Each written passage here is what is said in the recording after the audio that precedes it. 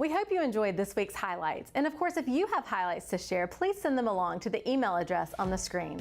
And be sure to tune in next week for even more special features and highlights on Alabama high school athletes and coaches.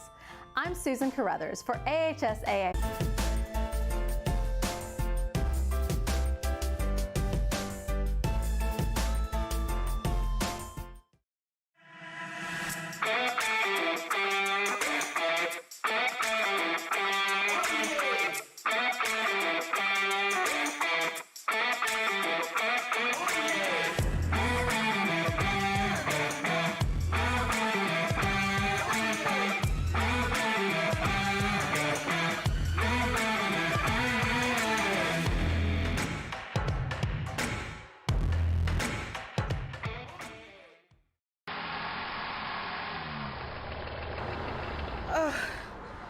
I need the King boys.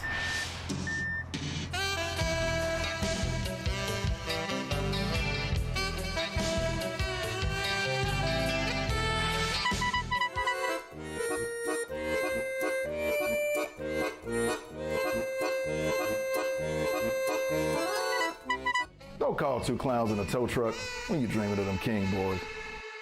Looking for a perfect checking account? Don't waste your time. No minimum balance, no monthly fees, and a convenient app. Now you could try and find that at a bank, or you could save yourself the trouble by checking with us.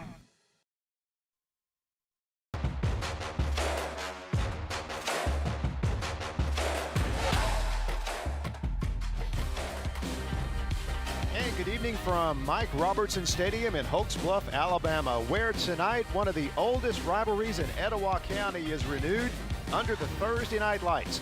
It is Southside at 0-1 in the season, taking on the Hokes Bluff Eagles. And good evening, everyone. Mickey Shadrack's joined again this week by Coach Rick Rhodes. And Coach, you've been in this business a long time. You patrolled those sidelines at a lot of different levels. And I got to ask you a simple question. Is there anything better than a good old-fashioned backyard high school rivalry? Well, I'll give you a simple answer. No, there isn't. This is what high school football is all about. This rivalry goes back to 1937. Just imagine what that first game was like. Height of the Depression, the lift it was for the community, and it's been going that way ever since. It'll be special. Let's take a look at some of the key players who hope to have a special game here tonight. Well, first for Southside, let's look at Gage Naismith. Maybe the best quarterback in the entire Gadsden area. 1,900 yards passing last year, 18 TDs, all Etowah County. He's something pretty special. For Hokes Bluff, what's the big question in the fall in Hokes Bluff? Who's the tailback? Well, this year it's Noah Sprayberry, and he'll get the ball a lot, and he'll be a very key to this Eagle offense. And we will take a look at keys to the game, and we return to Hokes Bluff as we are getting set for high school football here on WOTM, presented by AmFirst. The perfect checking account doesn't exist. Not at a bank, that is. So why do you keep looking there? At AmFirst, you can get no minimum balance or monthly fees, an instant issue debit card, and free checks with unlimited check writing. But who doesn't want more? Like a rewards program you'll actually use, and convenient digital tools that make it easy to manage your account from anywhere. Now you could try and find that at a bank, or you could save yourself the trouble by checking with us. You know, Tony, it's almost that time of year again. Well, we already know the outcome. Roll Tide. No, not that game. I'm talking about scoring the #1 truck in America for the last 45 years, the Ford F-150. Right now, you can order a new 2023 Ford F-150 at Sunny King Ford with absolutely no deposit. Choose the features you need and the extras you want. Only at Sunny King Ford. That's right, Sunny King Ford, on the sunny side of the street, Anniston, Oxford. Now that's a catch. Are you an enthusiastic sports fan? Want to have fun and get in on the action? Heck yes, that'd be awesome. Have great attention to detail? Want to stay active? Definitely. Want to give back to the student athletes in your community? Obviously, yes. Then you'd make an excellent high school sports official. We need more officials in Alabama, because with no high school officials, there are no high school sports. Sign up today at highschoolofficials.com. Are you ready for some football? Then WOTM is the place for you. On Thursday nights at 7 p.m., veteran broadcaster Mickey Shadrick and former high school state champion and collegiate national champion Coach Rick Rhodes bring you live coverage of the AHSAA TV Network Game of the Week, presented by AmFirst. Friday nights at 7 p.m., it's the TV24 Game of the Week, presented by Sunny King Ford. And the action continues Saturday mornings at 9 a.m. with an encore presentation. Drummond's Company, Friday Night Rivals Game of the Week, right here on WOTM. And we're back at Hokes Bluff. Time to take a look at the blueprints to victory presented by Rob Walker Architects, LLC. We believe the architect's role extends beyond the traditional services. We serve as a close advisor and partner to the clients for the entire process. Coach, walk us through the blueprints to victory tonight. Okay, Mickey, first of all, for Southside, the Panthers are going to look for more consistency this year. 2021 was really a roller coaster. They want to be more consistent in every phase of the game this year. For Hokes Bluff, they've got an interesting combination. Senior leadership's always important in the Eagle program, but they've got some young guys that can make a difference, and they're going to have to contribute early. It is the 73rd meeting between Hokes Bluff and Southside. We'll kick it off from Mike Robertson Stadium when we come back.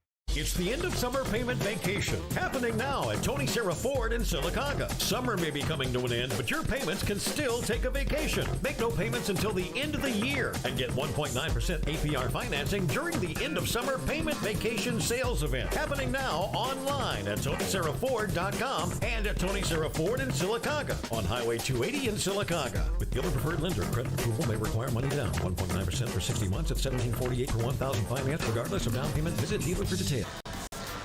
It is a picture-perfect night weather-wise for high school football. Kickoff 79 degrees and a mild breeze in Hokes Bluff, Alabama. We are underway. Eagles kicking it off to Southside, and the Panthers are going to have nice field position on the short kick as they get it out across the 35-yard line. Compliments to the return from Titan Rich. And Mickey, here we go. You know, I've had the opportunity to do a number of these games over the years, and I tell you, Coach, when these two teams get together, it is a classic rivalry type of game. You normally can throw out all the records and all the stats because both of these communities, they support their teams, and the players have a lot of pride in the program, and they like to play each other and get after it. So we hope to see another good version of the Hokes Bluff Southside rivalry tonight. And first play from scrimmage is a loss on the play as the Eagles get good penetration in the backfield, Coach. Yeah, they really did. Southside came out in a no-back set, had a wide bunch to the field, tried to run the toss sweep, but the Eagles looked like they were out to practice early, and great pursuit, and holds that play to just a 1-yard gain. Mason Teague, who had 67 yards rushing in the loss to Gunnersville last week, able to get 1 yard of forward progress on that play. Panthers stay with the ground game here. Better result. Cody Roberts for the AmFirst first down as the Panthers are just like that inside Hokes Bluff territory, primarily thanks to the nice field position on kickoff.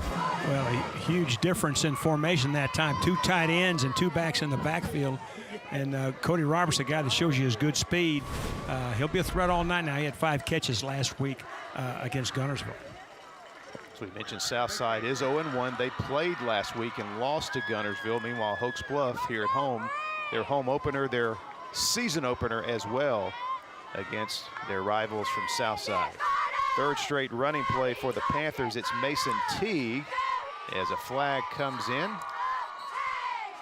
After a gain of about 3, we'll have to check the penalty. They ran a little zone play to the left of the formation, bounced it out. During the play, holding On the offense, the 10-yard penalty, still second down. And Paul Coggins, our referee tonight, giving us the call. There's a look at Coach Holcomb in his second season at Southside. Led the Panthers to the Southside sideline, I should say, but Coach Holcomb did lead the Panthers to the playoffs last year, Coach, in his first season. Yeah, 5-7 overall, but laying a good foundation, and of course a very innovative offense that at times was very, very prolific last year. There's a look at Coach Holcomb. So after the penalty, 1st and 20, little misdirection. Cody Roberts tripped up, or might have gotten a good bit more yardage. Good play there by Leighton Horn, the Hokes Bluff linebacker, to limit the yardage on the play. That's a play you don't see a whole lot anymore. That's that inside reverse. It's an old wing T play that fits this no-back look as we see the shadow out here. That's, I don't know whether that's left over from COVID or just a little bit different look there by the Hokes Bluff linebacker. 2nd down and 15. First pass attempt of the night for Southside. Parker's got it at the 41. Nice open field tackle, however, from Cole Stone of Hokes Bluff. And a really well-designed outcut right here. First of all, you can see Naismith has plenty on the ball, and the timing is really just first rate. The ball's in the air before the cut is ever made. Ball's down and away, and of course, you have to respect the speed of Cody Roberts, and lots of cushion right there by the corner to that side. So Southside quarterback Gage Naismith, who completed 52% of his passes last year, completes his first one tonight. Leaves Southside in a 3rd and 8 from just inside the Eagle 40. See what they dial up here. Clean pocket. Teague delivers the pass to Parker. It's caught, or Naismith does, I should say, and it's going to be a first down, an AmFirst first down inside the 20. Coach, these two players here, quarterback Gage Naismith and wide receiver Cody Roberts, quite a 1-2 punch. Yeah, they really are, and I tell you, Roberts has really been impressive. This is going to be a little punch and pivot route. If you look to the right of your screen, you just see the tail end of it. But Roberts is going to work to the middle, punch that inside foot, and then work back outside, but this one may be coming back.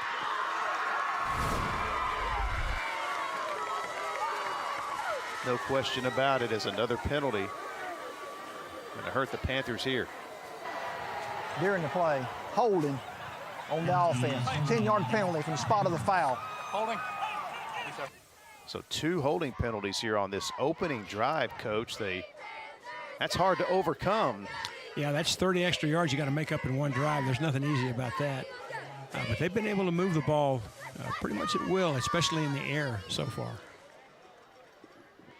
All right, we're going to see what pump 3-3 is.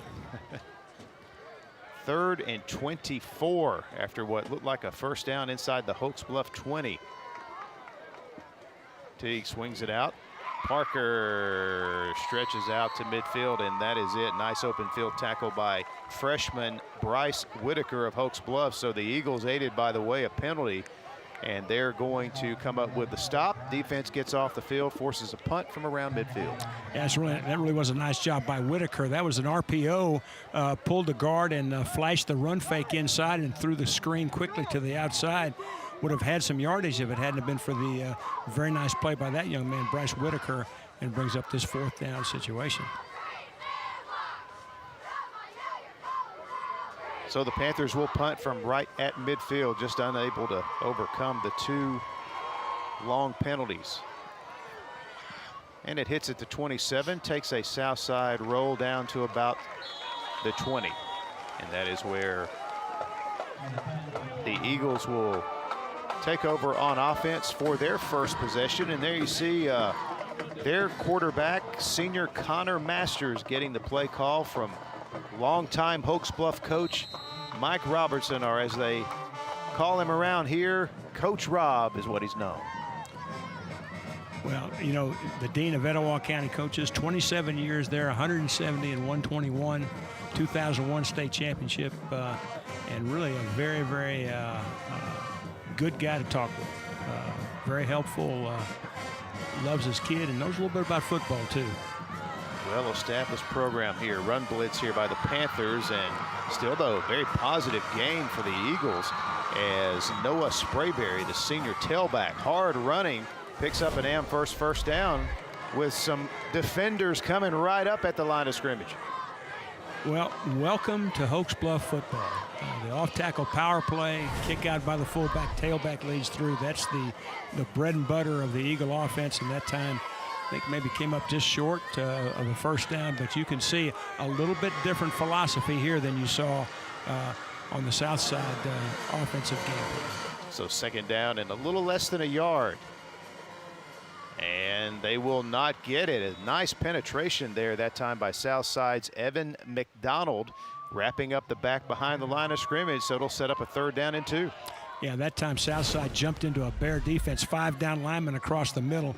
Really good inside penetration by McDonald from his right defensive tackle position, split the guard and the tackle, and hit that play in the backfield before it ever got started. So what looked like a first down, now it's 3rd down and 2 for the Eagles. They want to keep possession of the football, and we're going to have a timeout called with 6:34 remaining here in the first quarter. Yeah, came out in a little spread set that time with 2 backs.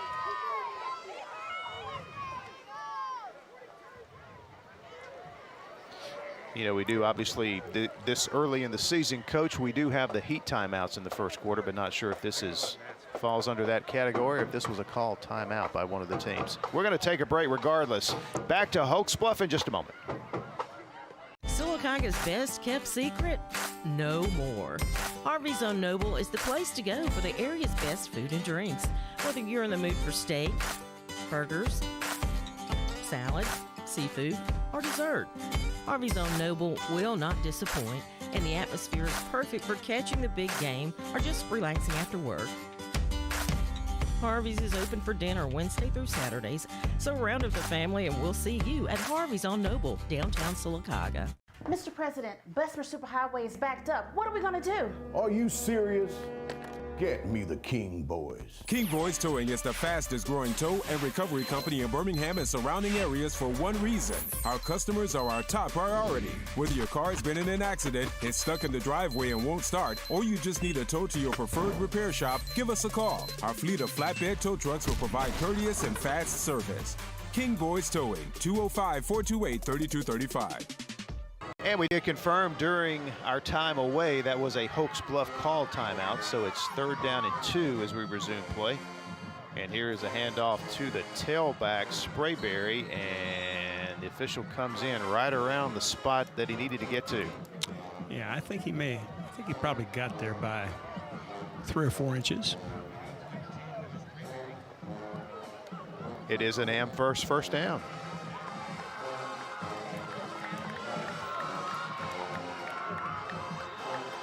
But not by much. You know, all that matters is that 1 beside down and that 10 by to go. Already shaping up to be exactly the kind of game you would expect. Just hard-nosed, both teams trying to establish the run early in the game, Coach. Yeah, it's we knew this was going to be a physical football game. You can see the Southside has about everybody except the drum major up to the line of scrimmage. Masters airs it out up around the 50-yard line. That pass was intended for Logan Wyman, but it was incomplete. Yeah, and Wyman had a step now. He was in good position. He had stacked the corner. If that ball had been just dropped over that outside shoulder, it could have been a big one. And, of course, teams that run the ball proficiently, if they are able to throw that route successfully, it makes it really tough on defenses. Well, an interesting call there, and why not? I mean, if they're going to have basically 9 or 10 guys at the line of scrimmage, you're going to have to take a shot down the field. Absolutely. Got to take advantage of that one-on-one coverage when everybody else is inside, and everybody else is inside. Masters handing it off to Whitaker, and Whitaker hard running out across the 35, running into Southside's Brody Burnett, and that's going to set up another 3rd down for the Eagles. Yeah, this is really a nice job right here by Whitaker. sets up his block with a little inside move, works outside, then makes a nice inside cut, attacks that backside shoulder of the tackler, and really milks that for good yardage. And here's our heat timeout. Comes with 5:38 here in the first quarter. No score in Hokes Bluff. Sylacauga's best kept secret? No more. Harvey's on Noble is the place to go for the area's best food and drinks. Whether you're in the mood for steak, burgers, salad, seafood, or dessert, Harvey's on Noble will not disappoint, and the atmosphere is perfect for catching the big game or just relaxing after work. Harvey's is open for dinner Wednesday through Saturdays, so round up the family and we'll see you at Harvey's on Noble, downtown Sylacauga. Mr. President, Bessemer Superhighway is backed up. What are we going to do? Are you serious? Get me the King Boys. King Boys Towing is the fastest growing tow and recovery company in Birmingham and surrounding areas for one reason. Our customers are our top priority. Whether your car's been in an accident, it's stuck in the driveway and won't start, or you just need a tow to your preferred repair shop, give us a call. Our fleet of flatbed tow trucks will provide courteous and fast service. King Boys Towing, 205-428-3235. Big Time Entertainment is Alabama's newest and best family entertainment center with over 70,000 square feet of fun, including indoor go-karting, laser tag, bowling, large arcade, an elevated ninja challenge course, and also on Friday nights after the game, you can come by and take part in the $10 unlimited play card in the Big Time fifth quarter. Third down, Hokes Bluff. They swing it out here in the flats to Morgan, breaks one tackle, but then the Southside pursuit catches up to him, and the big blow by Braden Bowers. Yeah, they caught up to him all right. Yeah, he got popped. He got popped pretty good. You can see, watch the pursuit come inside by Bowers right here, and a big hit right there also by Bowers, number 40, the sophomore linebacker. And so the Hokes Bluff player still being attended to. Just a good clean hit by Bowers. Also, that young man, Titan Rich, was pursuing as well, the junior linebacker. Yeah, as he turned back inside, while Bowers got him right in his radar and made a good, tough, hard-nosed, clean tackle. And good to see the young man up and able to get off the field. This is the type of intensity, the type of physicality you see in the Hokes Bluff Southside rivalry. I think the hit probably surprised him as much as anything.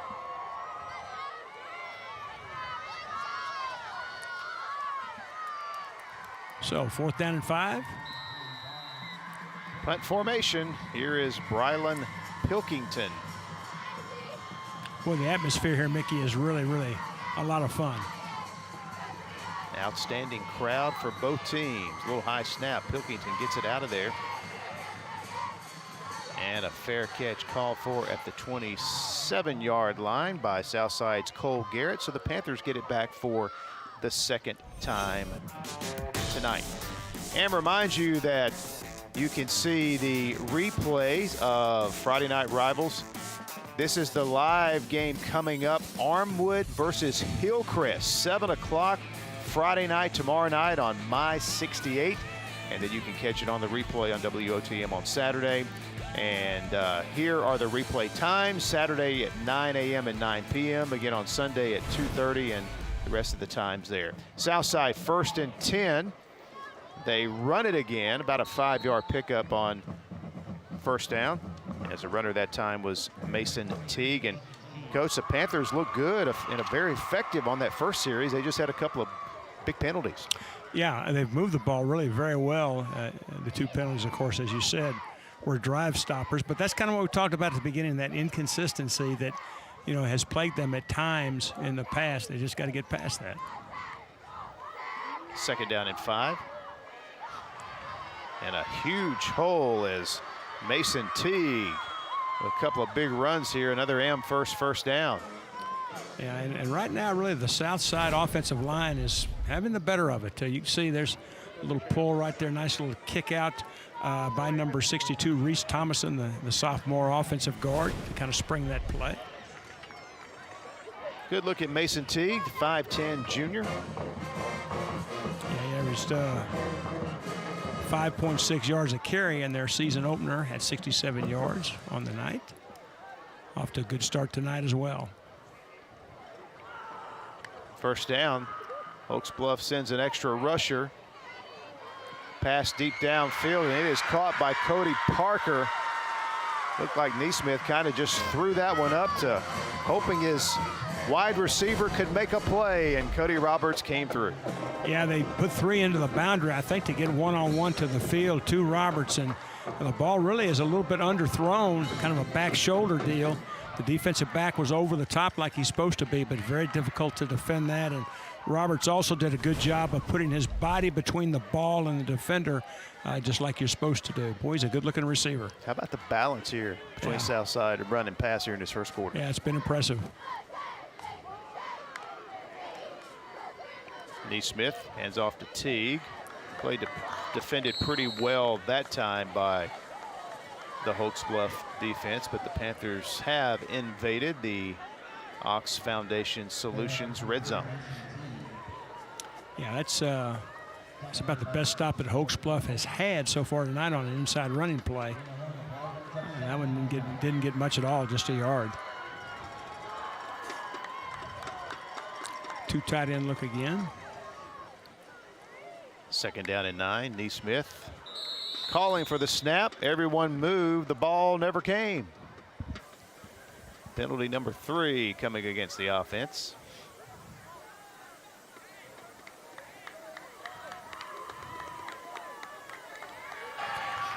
Prior to the snap, false start on the offense. Remains second down. So that has been Southside's big problem. Hasn't been moving the ball. It's been the penalties. That's the 3rd here already in this first quarter. And in the red zone, those things are killers now. Southside's unbalanced now into the boundary, which is a little bit unusual. 2nd and 14. Here's the handoff to Parker out of the backfield. Gets around the corner, stays on his feet, tripped up inside the 12, out of bounds. They will spot him out at about the 12. And I think they caught Hokes Bluff a little bit with that unbalanced look. You look to the left of your screen, you're going to see 2 tackles side by side. And what it does is it creates an extra gap that Hokes Bluff cannot account for. Good job of sealing to the inside, and very, very positive yardage. Another good run by Roberts, picking up 9. He gets the call again. Able to pick up the AmFirst first down as he carries it inside the 10-yard line. Will set up the game's first and goal. Yeah, went right back to the same play again. Again, unbalanced. This time the defense fights to the outside, but Roberts is still able to bounce it outside and pick up that first down. As we go under 2 minutes to play first quarter.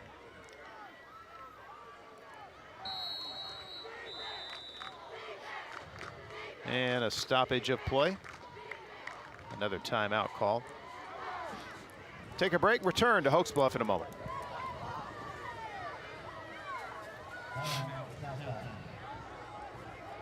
The perfect checking account doesn't exist.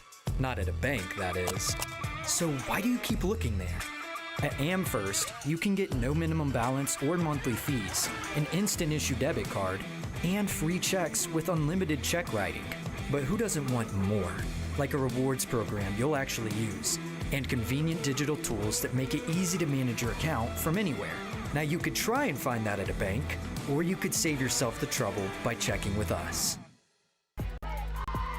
And we'd like to thank our friends at King Towing and Recovery. They deliver our scissor lifts and generators every week, which helps make our coverage of the AHSAA game of the week every Thursday night possible.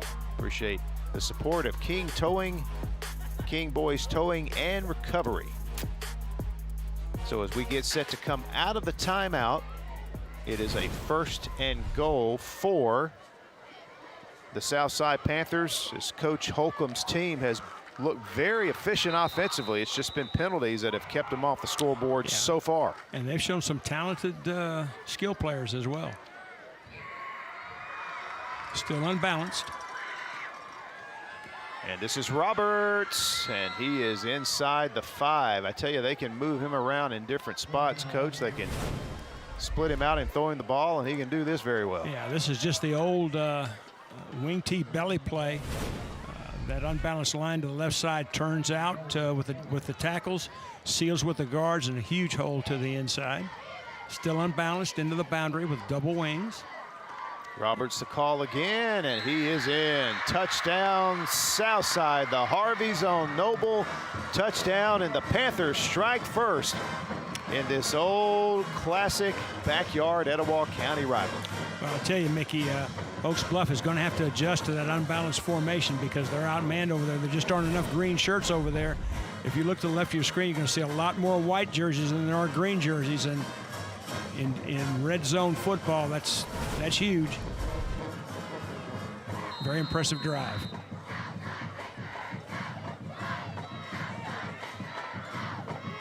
And here's our Sonny King extra point attempt. Abdullah Alabasi, the senior, on for Southside. And he will just get it through that left upright. So the Southside Panthers strike first here tonight in Hokes Bluff as we get a look at a couple of key plays. This really got him going, Coach, the long pass to Roberts. That's the back shoulder catch right there that sets him up, and then they pound away to that left side to that unbalanced set. And how many number ones are there out there? 3, 4? It looks like it, doesn't it? Hokes Bluff probably feels that way. Well, again, Hokes Bluff is they're gonna have to adjust to that set. They've got to get more defenders to that side of the formation. Well, we'll see if Hokes Bluff can answer. And that gentleman's got to be happy with the way this thing has started. Yeah, his offense is very balanced here in this first quarter. And Coach, when you look at what they did on the one Hokes Bluff offensive possession, they obviously want to really crowd that line of scrimmage and see if Hokes Bluff can move the ball in the air a bit. Yeah, you know, of course, the thing that you never want to do offensively is to have to throw the ball when you have to, not when you want to. And as you said, Southside will try to force them into that.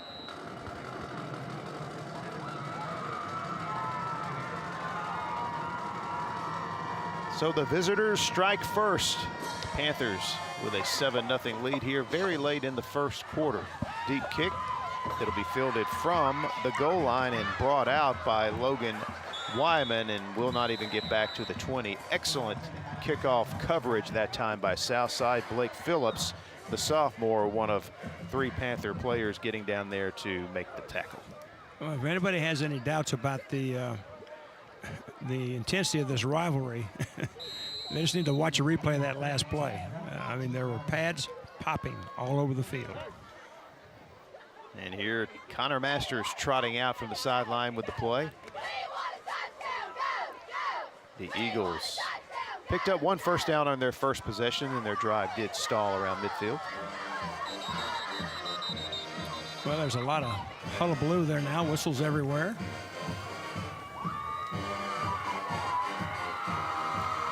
And I believe they're going to require Silas Osborne, the sophomore defensive back, to go off the field due to an equipment issue. So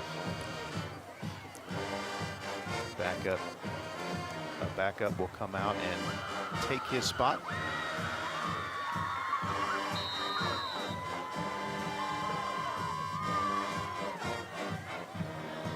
So here we go, 1st and 10 for the Eagles from inside their own 20. They hand it off. Nice cut back here by Noah Sprayberry. Huge gain all the way down to the south side 39-yard line. Brody Burnett had to save a touchdown. What a physical run that time in an AmFirst first down. Well, that's a great cut by Sprayberry. Southside's linebackers and both safeties are going to over-pursue. When big offensive plays happen, it's when both linebackers overrun plays, and that's exactly what happened, chiefly because of the great effort by that young man right there. Just a great cut by Sprayberry. Showed some speed in the open field, and boy, that's how you answer. A little intensity in those eyes, huh? Sums up this game, doesn't it? Well, it Do we looks have a like flag penalty here? Yep. may be Coming costing back. Hokes Bluff. We've had our share of yellow hankies already in this first quarter. My goodness. Did not see a signal, but it looks like it was well downfield. And, of course, that'll be particularly frustrating to the Hokes Bluff sideline. You already have a great gain. You know, you don't want that needless block downfield, but still enough for a first down. So here we go. Spot foul, still first down. The AmFirst first down stands just a little further back up the field at the 45. Fake, passes away, pass is caught, but great defense by Southside's Cole Garrett right on the receiver Leighton Horde. Well, when you get a bootleg pass, which is exactly what happened, you fake the run and roll opposite. You want somebody to pressure the quarterback. You want somebody in the flat, and that time Southside did that to perfection.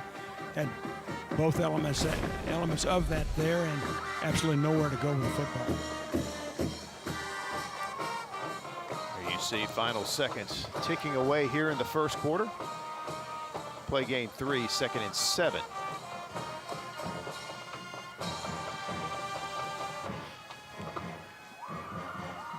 Masters takes the snap, just does get the play off as Noah Sprayberry tripped up right at around the midfield stripe, and that's going to take us to the end of the first quarter. It's going to be a 3rd and short for Hokes Bluff when we come back.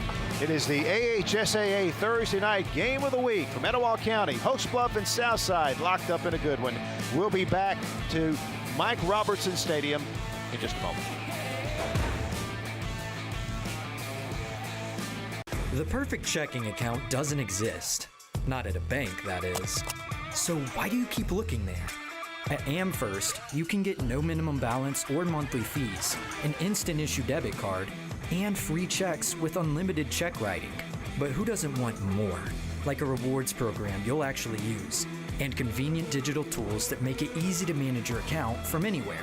Now you could try and find that at a bank, or you could save yourself the trouble by checking with us.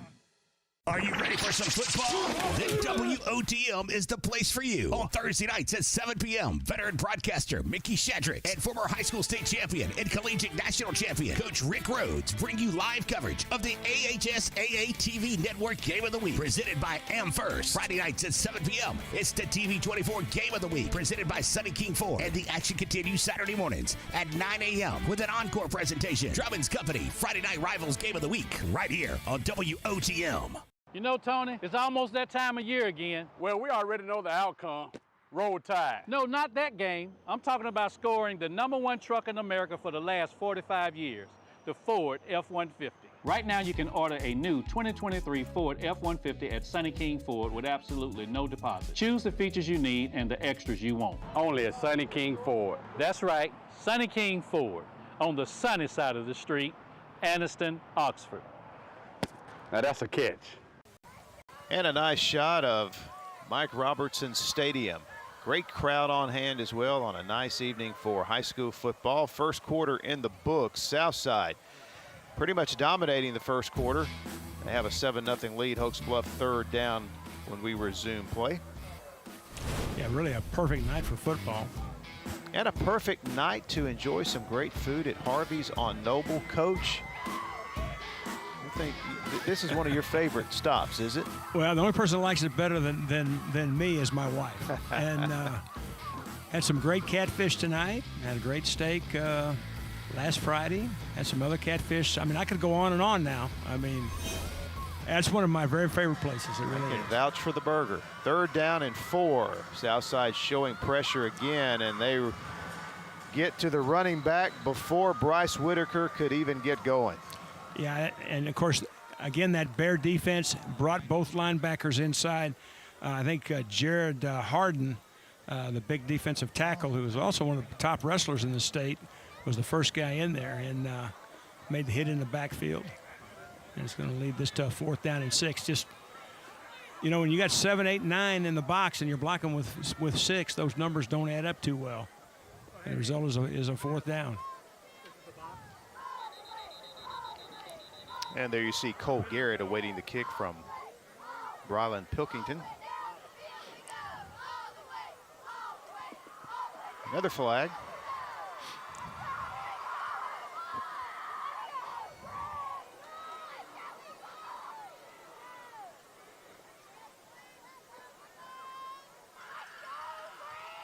So a legal substitution penalty against Hokes Bluff will back them up 5 before the punt.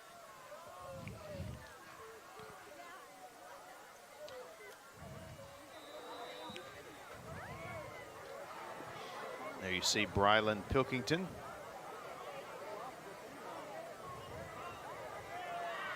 Eagles could use a good punt here to try to get some field position for their defense. The way Southside's been moving the football. This will be caught at the 23, and here comes Garrett with a good return out to the 41-yard line and hustling down to make the stop.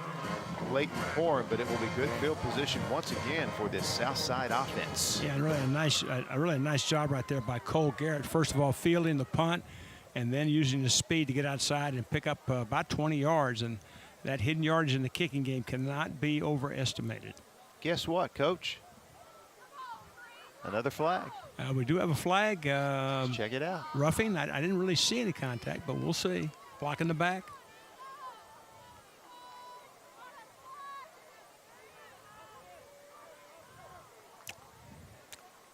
Yeah. Well, if it's a personal foul, it'll be 15.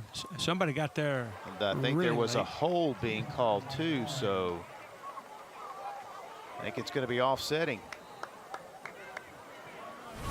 Yeah, that was Jared Harden that got there late. Coach Rob liked half that call. I think he's trying to give his interpretation of that call. Of course, you saw right there that Weston Day, the senior wingback, said very clearly first down. I'm not sure that's an impartial opinion, though.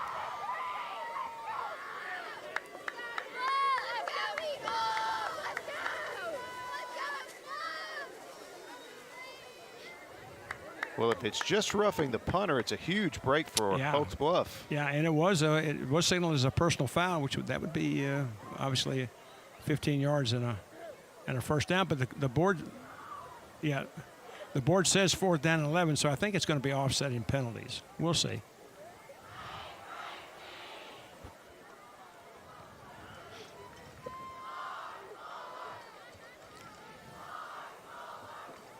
All right, now this has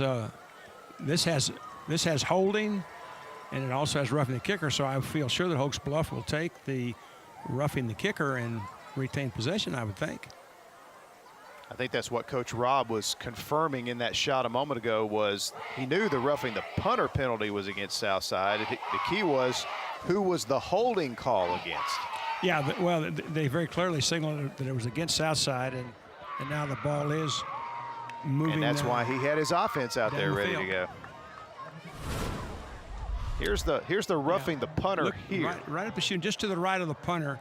You can see the ball's well away, and you know, you say, well, that was just a little tap, but that tap was by Jared Harden, who was second in the state of Alabama at the 285-pound classification. So he's very capable of tapping you. First down pass attempt is no good, as Connor Masters was looking in the direction of Logan Wyman, who appeared to be running in a different direction. Well, I tried to run a deep crossing route to get behind those linebackers, but the route never developed and falls incomplete.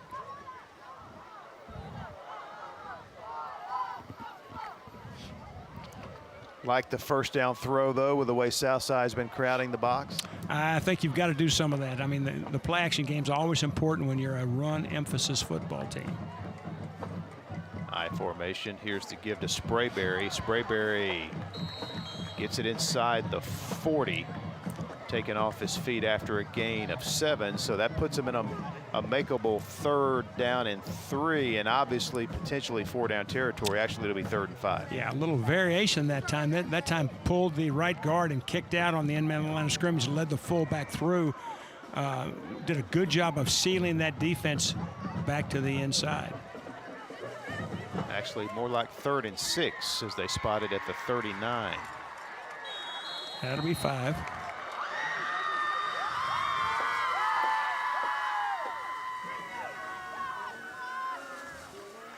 Mickey, I think I gave you my dissertation on the number of plays that have started in the history of football without the ball being snapped, which is 0. Never could quite understand that one, but. Well, the penalties have definitely been the biggest problem facing Coach Holcomb's team here in this first half. They certainly have. They've had a ton of them. I mean, for one quarter of football, one half of football, they've had a whole game's worth. Pretty much knocked them out on their first drive, and it's given Hokes Bluff an opportunity here. They show run blitz again. They hand it off, and this is a nice cut by Sprayberry as he's going to have an AmFirst first down at around the 15-yard line before he was tackled by Smiley Jones. But Coach, they run right into the teeth of this run blitz. Yeah, they really do, but it's a really nice job by the right side of the Hokes Bluff offensive line of picking up that stunning A-gap linebacker and blocking down on the B-gap down defender. Good job there of sliding to the outside by Sprayberry as well, and picked up a real positive yardage and a big first down,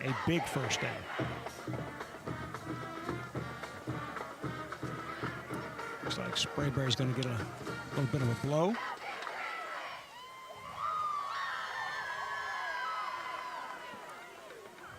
So it's 1st and 10 at the Southside 26. Deepest possession of the first half here for Hokes Bluff.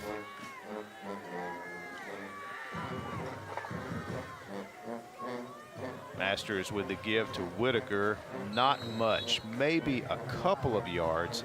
He was hit first by Southside's Evan McDonald. We talked a little bit about in the opening the young talent that's at Hokes Bluff. And one of those players is Whitaker, who's listed as a quarterback. Very talented young player, obviously just a freshman. I think Eagle fans are going to hear a lot about him in the years to come.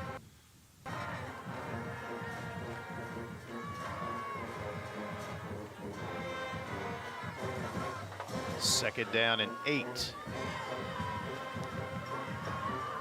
Whitaker remains in there at tailback. Gets the call again and gets very little. Once again, great penetration by the Southside defense led by senior defensive lineman Jathan Novak. Yeah, again, Southside is having some success penetrating those gaps. And that time Novak did a nice job of slanting to his inside and making a big play. Good size for that young man at 6'2", 235. So here's a 3rd and 6 for the Eagles.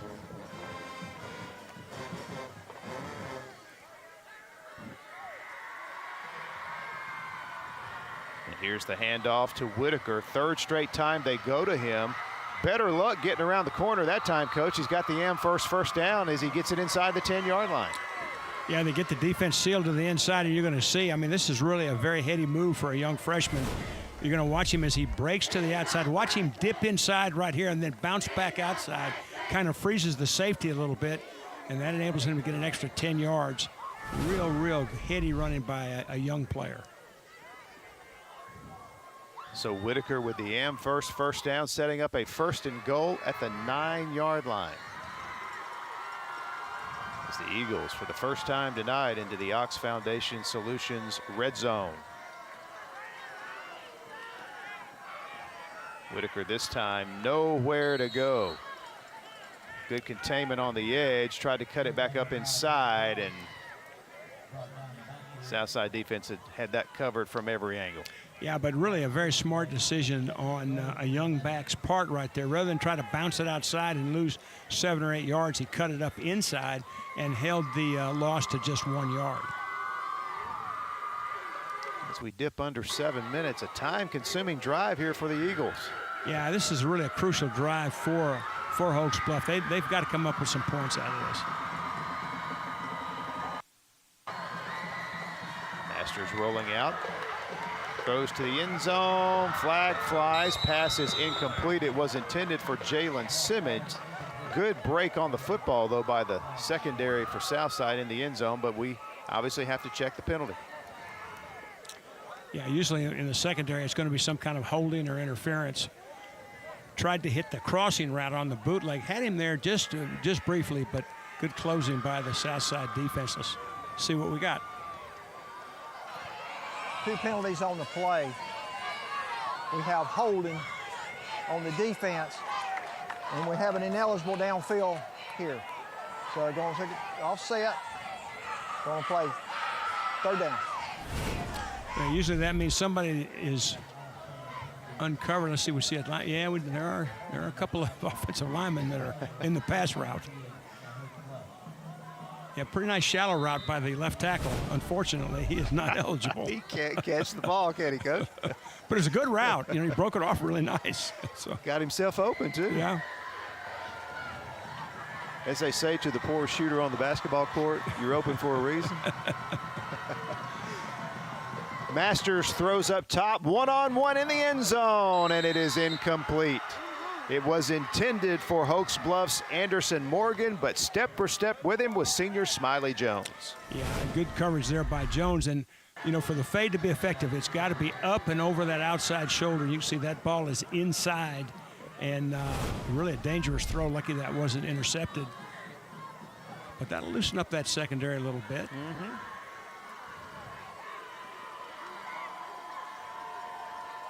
Masters coming back into the huddle on a 3rd down and 11. Smiley Jones, good defense that time. He was left on an island.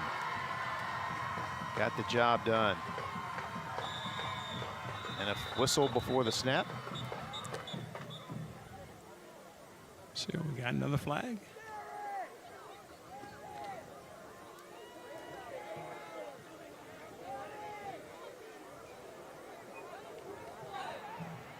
Timeout. Offense. That's Hokes Bluff's 2nd charge timeout of the half. Well, I'm going to take a minute to talk it over on this 3rd and 11. You know, this is such a critical drive for Hokes Bluff. I mean, they've eaten up, as you said earlier, a ton of time, and those drives have to be successful, you know, from an offensive state of mind. We'll take a moment to remind you about our game next week as Thursday Night Lights travels to Mountain Brook for a very interesting matchup as Minor will take on the Spartans. 7 o'clock kickoff right here on WOTM and the AHSAA statewide network. Hope you'll join us then, presented by our friends at AmFirst.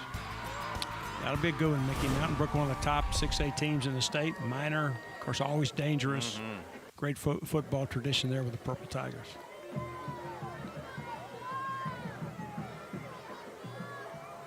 Coach Rob's offense facing 3rd down and 11. 27 years. Just, you know, think what that's like. Shoot, you're coaching sons of guys that you coached earlier. Having to compete in a very tough 3A Region 6 with some really good football teams. 3rd down, Masters got the high snap, pass is incomplete. I tell you, Smiley Jones almost had something to smile about. He almost had an interception in the end zone. Yeah, he really was the closest man to the ball. Tried to run a little slant route, and Jones takes the inside away from the snap. You're going to look right here to the right of your screen. You can see he's actually inside the receiver and just nowhere to go with the ball. And of course, the high snap is going to destroy the timing of that play as well. Well, Hokes Bluff will go for the field goal to try to get on the scoreboard. And there you see big number 56, Leon Chin, the sophomore. And another stoppage of play. Another timeout. Timeout. Defense. Southside 2nd charge timeout of the half. And we'll take the break as well. Come back to Hokes Bluff in a moment.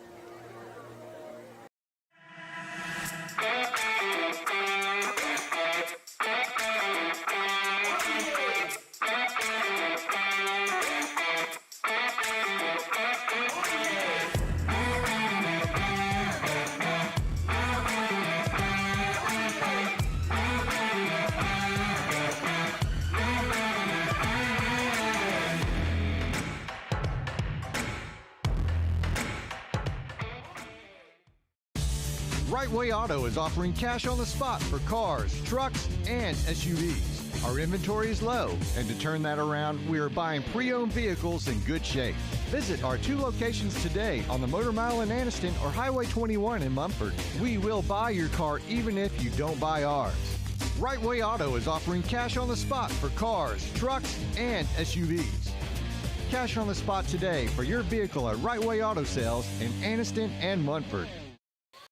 Hey, Coach, you and I were talking during the break. This is an important field goal. I mean, Coach Rob's team would love to get some points here the way that Southside has moved the football against them. Yeah, I mean, you know, you're early. You just want to come away from this drive with something from a Hokes Bluff perspective. And, of course, if Southside can deny them right here, I think that ball's wide. And it is just wide right. So the Hokes Bluff drive, their best of the first half, they come up with no points. Well, and you see the facial expressions and the body language on both sidelines. That tells you the story right there. Very difficult to have the ball that long, to have that big a drive and come up with nothing. But got to turn the page and move on, and Southside is going to get a boost. Unsportsmanlike conduct on the kick. Over here, on the receiving team. I said unsportsmanlike conduct. You know, if that's a dead ball foul, well, then it'll be a change of possession. If it was during the play, they're going to get another down. I would imagine it's going to be a dead ball foul, though.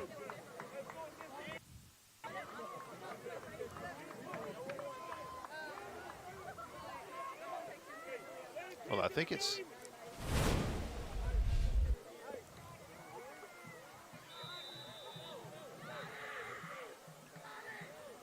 Yeah, there's the flag coming in. There was only one Southside player left out on the field. And he's saying, who, me? You know, son, you're the only guy out there, buddy.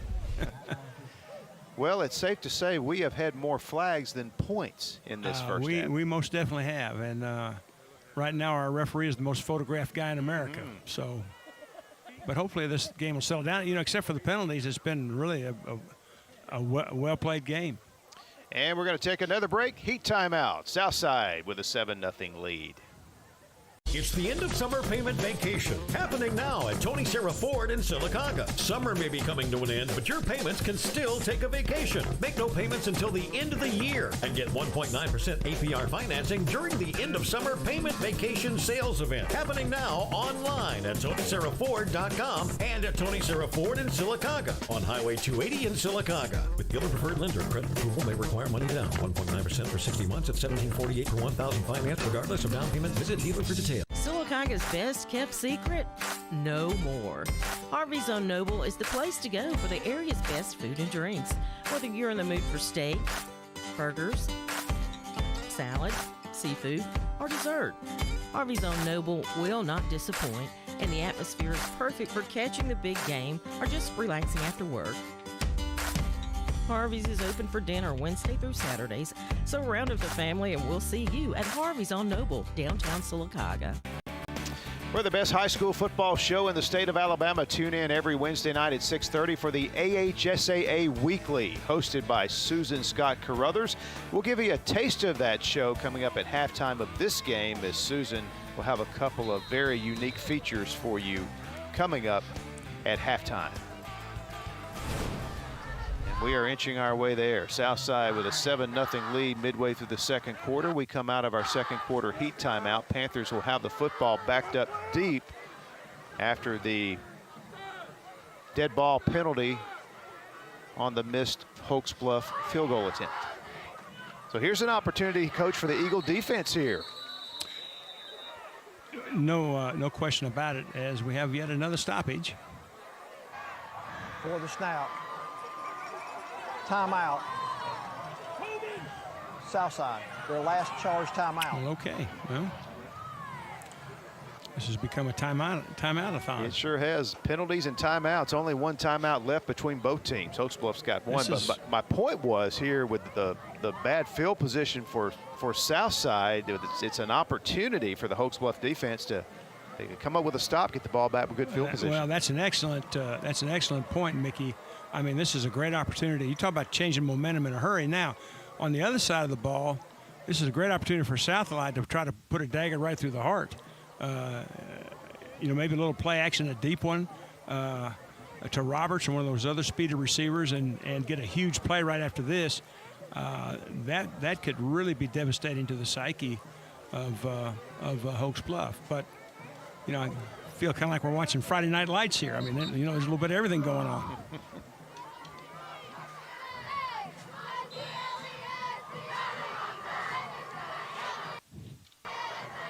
So first down, Neesmith hands it off to Teague. And Teague is tripped up. A nice play behind the line of scrimmage by Bryce Whitaker of Hokes Bluff. And that's a huge play because that's the big down. First down is a big down on anything, but especially when you're backed up. You know, they tried to run the speed off tackle, bounces outside, and a really, really nice tackle there by Bryce Whitaker. So second down and 12 as that play lost a couple of yards. Neesmith looking to throw. Room to run, throws it anyway, passes complete out at the 18-yard line. And a nice catch there by Anderson Morgan, but a sure tackle, or correction, by Brody Burnett, but a good tackle as well. It'll be an AmFirst first down. Yeah, I really don't understand the coverage right here. I mean, there's no flat defender. I mean, in the corner is, I mean, he's 15 yards deep. That's way too big a cushion, and that was just easy pickings right there for Southside. Correction, Scotty Moats credited with the catch. So that's a big first down for Southside as they get out of their shadow of their own end zone. Neesmith, kind of a short pass over the middle, but very productive. That's the first catch for the tight end sophomore Bennett Reeves tonight. Yeah, nice job of reaching up there and plucking that thing out of the stratosphere. Just a little shallow route. Linebacker stays deep, so Neesmith does a nice job of dumping it underneath, and really a nice catch right there. You know, Neesmith had a great year last year. We mentioned completing over 50% of his balls, threw for almost 2,000 yards, ran for over 300. He is a good-looking junior quarterback. Yeah, he really is. Hand up the middle. And that is Teague with an AmFirst first down. So Southside, coach, really they've had no trouble getting out of poor field position here. The only thing that stopped them was themselves with penalties on their first drive. Yeah, absolutely. They run the veer play right here with a puller to seal, and really nice job of sealing. And I think Jalen Simmons for Hokes Bluff came up a little gimpy at the end of that play, and I think that's the player that's down. Again, a very physical football game here tonight. We talked about the rivalry element between these two teams. This is the 73rd meeting. Hokes Bluff leads the series 39-30-3. Last year, Southside with a shutout, 31-0. They're pitching a shutout here in the first half right now. Yeah, and you know, the intensity is not just on the field. You know, we've got great audience participation. We've heard some of the cheers, and they are directed at the other side. Nothing dirty, but they are intense. Neesmith, quick pass, and it's dropped. Rare mistake by Cody Roberts. Took his eye off the ball, had some room to run, I think. I think he saw all that green veranda out in front of him, Mickey.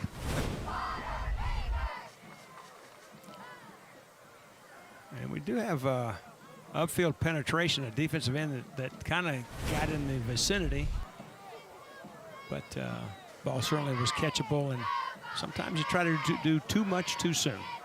Second down and 10 at the 36.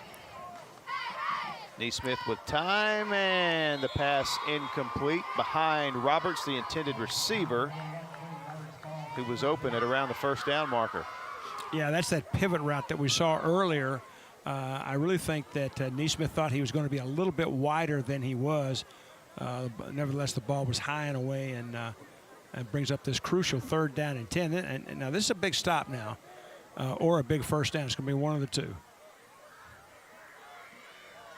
You know, with 4:33 left in the half, there's still plenty of time if Hokes Bluff can get a stop here to mount a drive.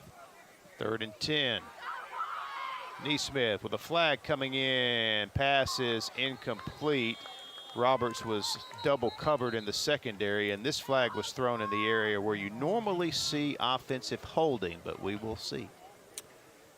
Yeah, I'm almost positive it's going to be offensive holding, and I tell you, that's one of the things Naismith would not want to do in his future development. He threw that ball right into lots of green shirts right over the middle late, and that is a no-no.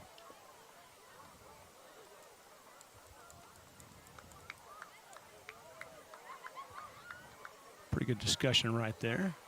The 2 penalties on the play, both on the offense. We got holding here, and then we have a personal foul, sideline interference here. Now, if it's sideline, we're going to take. Yeah. If it's sideline interference, let's see if we can pick up the holding first. Yeah, you know, you see some cloth grabbing right there. And sideline interference, what that means is there's an official that was trying to run down the sideline that ran into a Southside coach, and that will get called. That's a. The holding is declined. The sideline interference, personal foul, sideline interference is 4th down. All right, look at the top of your screen right here. See if you can pick it up.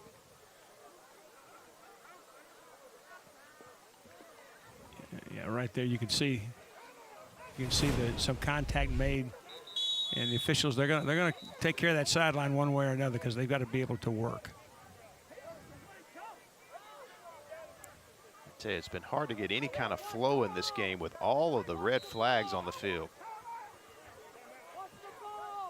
Coach Robb wants his final timeout, as you could probably hear. You know, Coach Robb has been there 27 years. I don't think he has decided to become just an administrator. He is right in the middle of it. Timeout. He is going to have to change shirts at halftime, I can tell you. 3rd charge timeout. He is a hard-working man tonight. He is very intense, and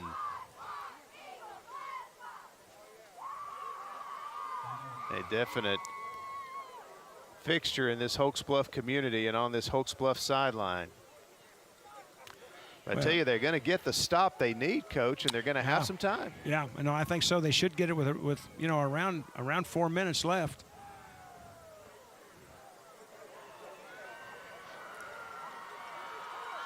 Scoreboard says 3rd and 25. I think that's what we're looking at. If that is the case, you would think Southside would sail it out there, try to get in the vicinity of Cody Roberts and look for a big catch, or maybe a penalty. Double-digit penalties against Southside in this first half. Yeah, no, it's about as many as I've ever seen in a half, really. And sometimes you try too hard. So 4th and 25. Now I'm saying 4th and 25. Excuse me, I lost the down. They're back punting inside their 10 where we were a moment ago. Yep.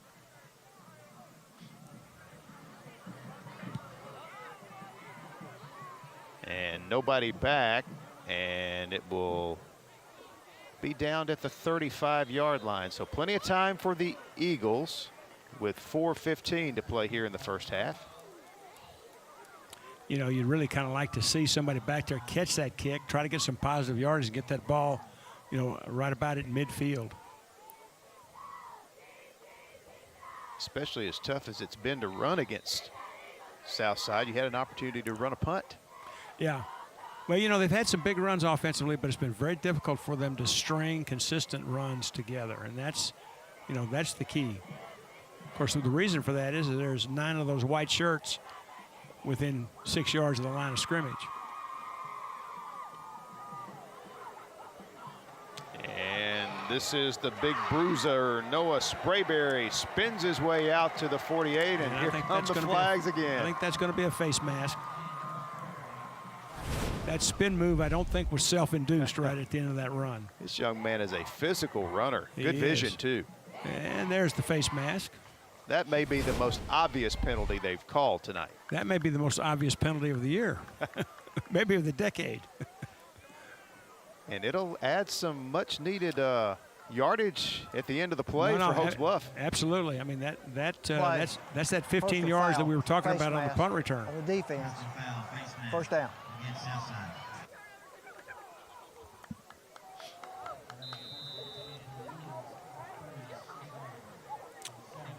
Well, the penalties, especially against Southside, that's certainly the story of the first half.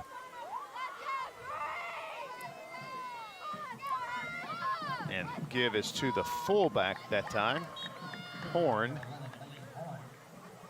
I'm sorry, Mickey. I think I got sick or something. I thought you said it was a give to the fullback. Is that correct? That is true. Horn actually got the carry. Yeah, you don't see many of those.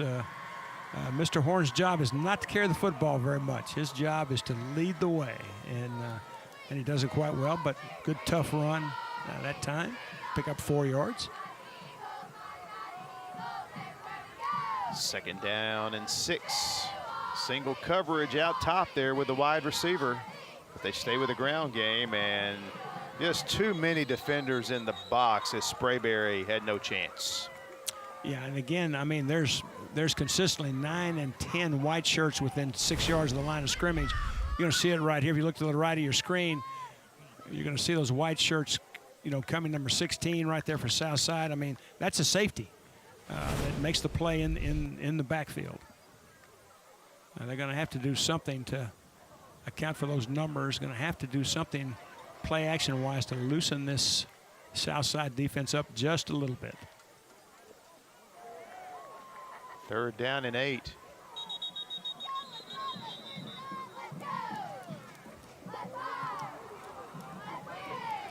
I don't know. I saw a little movement on the defensive side, but didn't think he penetrated. We'll see. Encroachment. Yep. On the defense. Still 3rd down.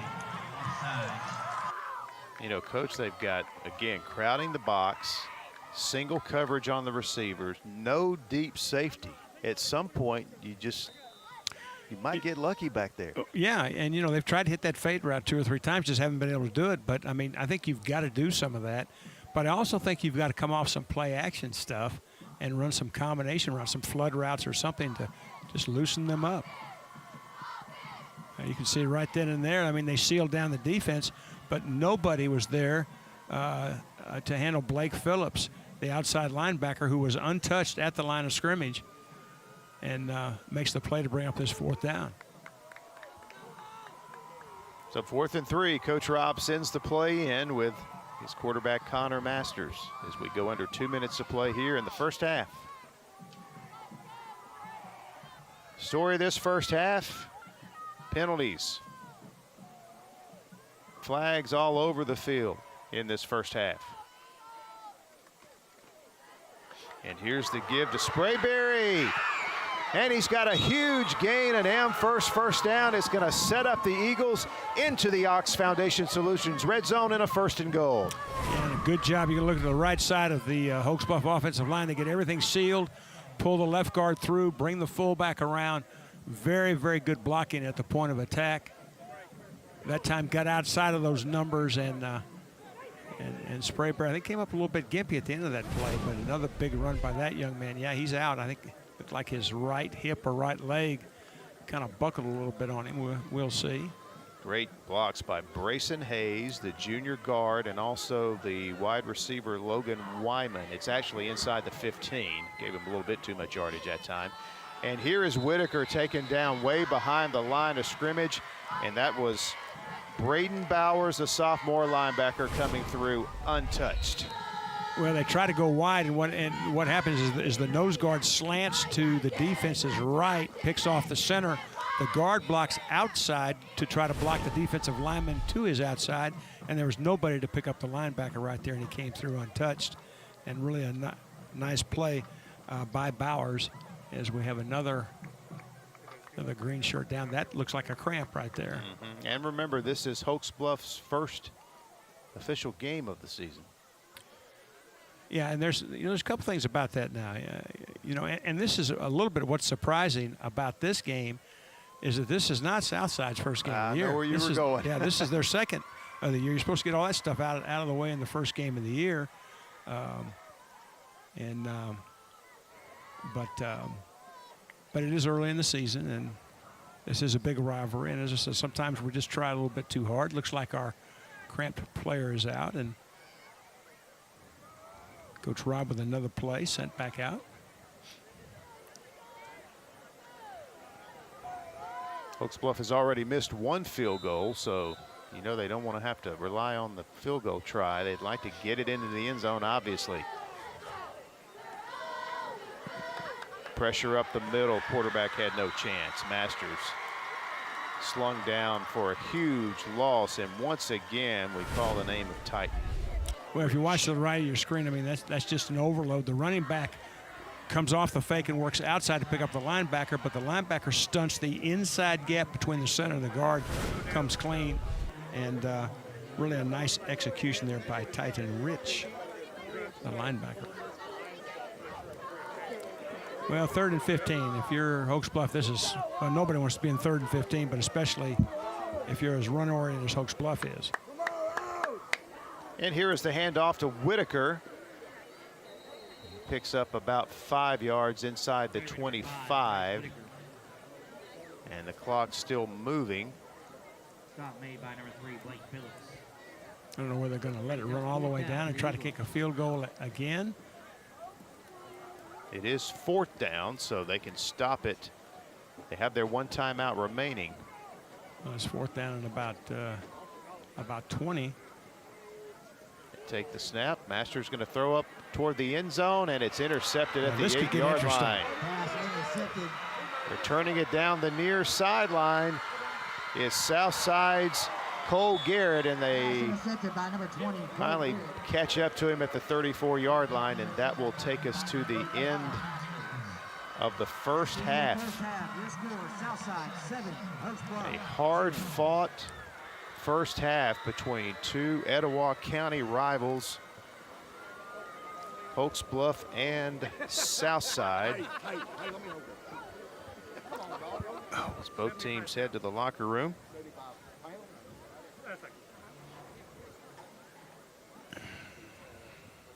Southside with the 7-point lead.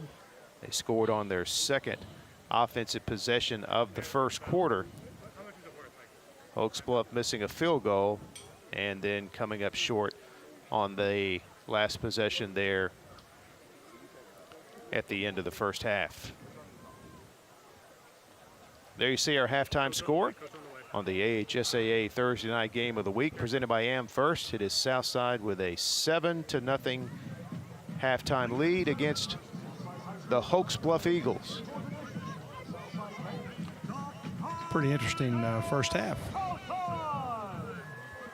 And I'm sure Coach Holcomb will obviously be talking about the penalties there in the first half, and I believe we're joined now by Coach Holcomb. Coach, thanks for stopping by for a moment. Your team really looked good moving the football there in the first half, just about every possession. Obviously, I know you're going to talk about the penalties at halftime. Yeah, without a doubt. I mean, we got to stop shooting ourselves in the foot on both sides of the ball. We get a stop there on the second drive, and then we all of a sudden, we roughed the punter, so that would have stopped the drive. They ended up having an 18-play drive right there. Defense did a good job kind of bowing their back and getting a stop, but, we got to cut out the penalties on both sides of the ball. I mean, we've had 2 drives on offense cut short because we've had, bonehead penalties, bonehead mistakes, so we got to kind of clean that up in the second half. All right, Coach, thanks for joining us, and good luck in the second half. Yes, sir. Thank you. All right, Coach Holcomb of Southside taking a moment to speak with us here on the way to the locker room. We'll take a break and come back at halftime on the AHSAA Game of the Week presented by AmFirst.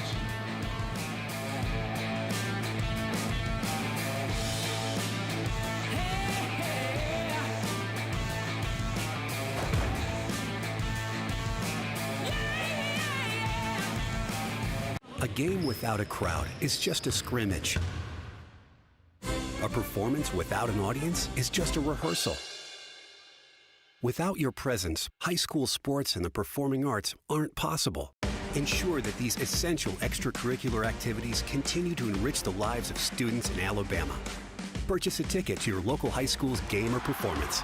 This message presented by the AHSAA.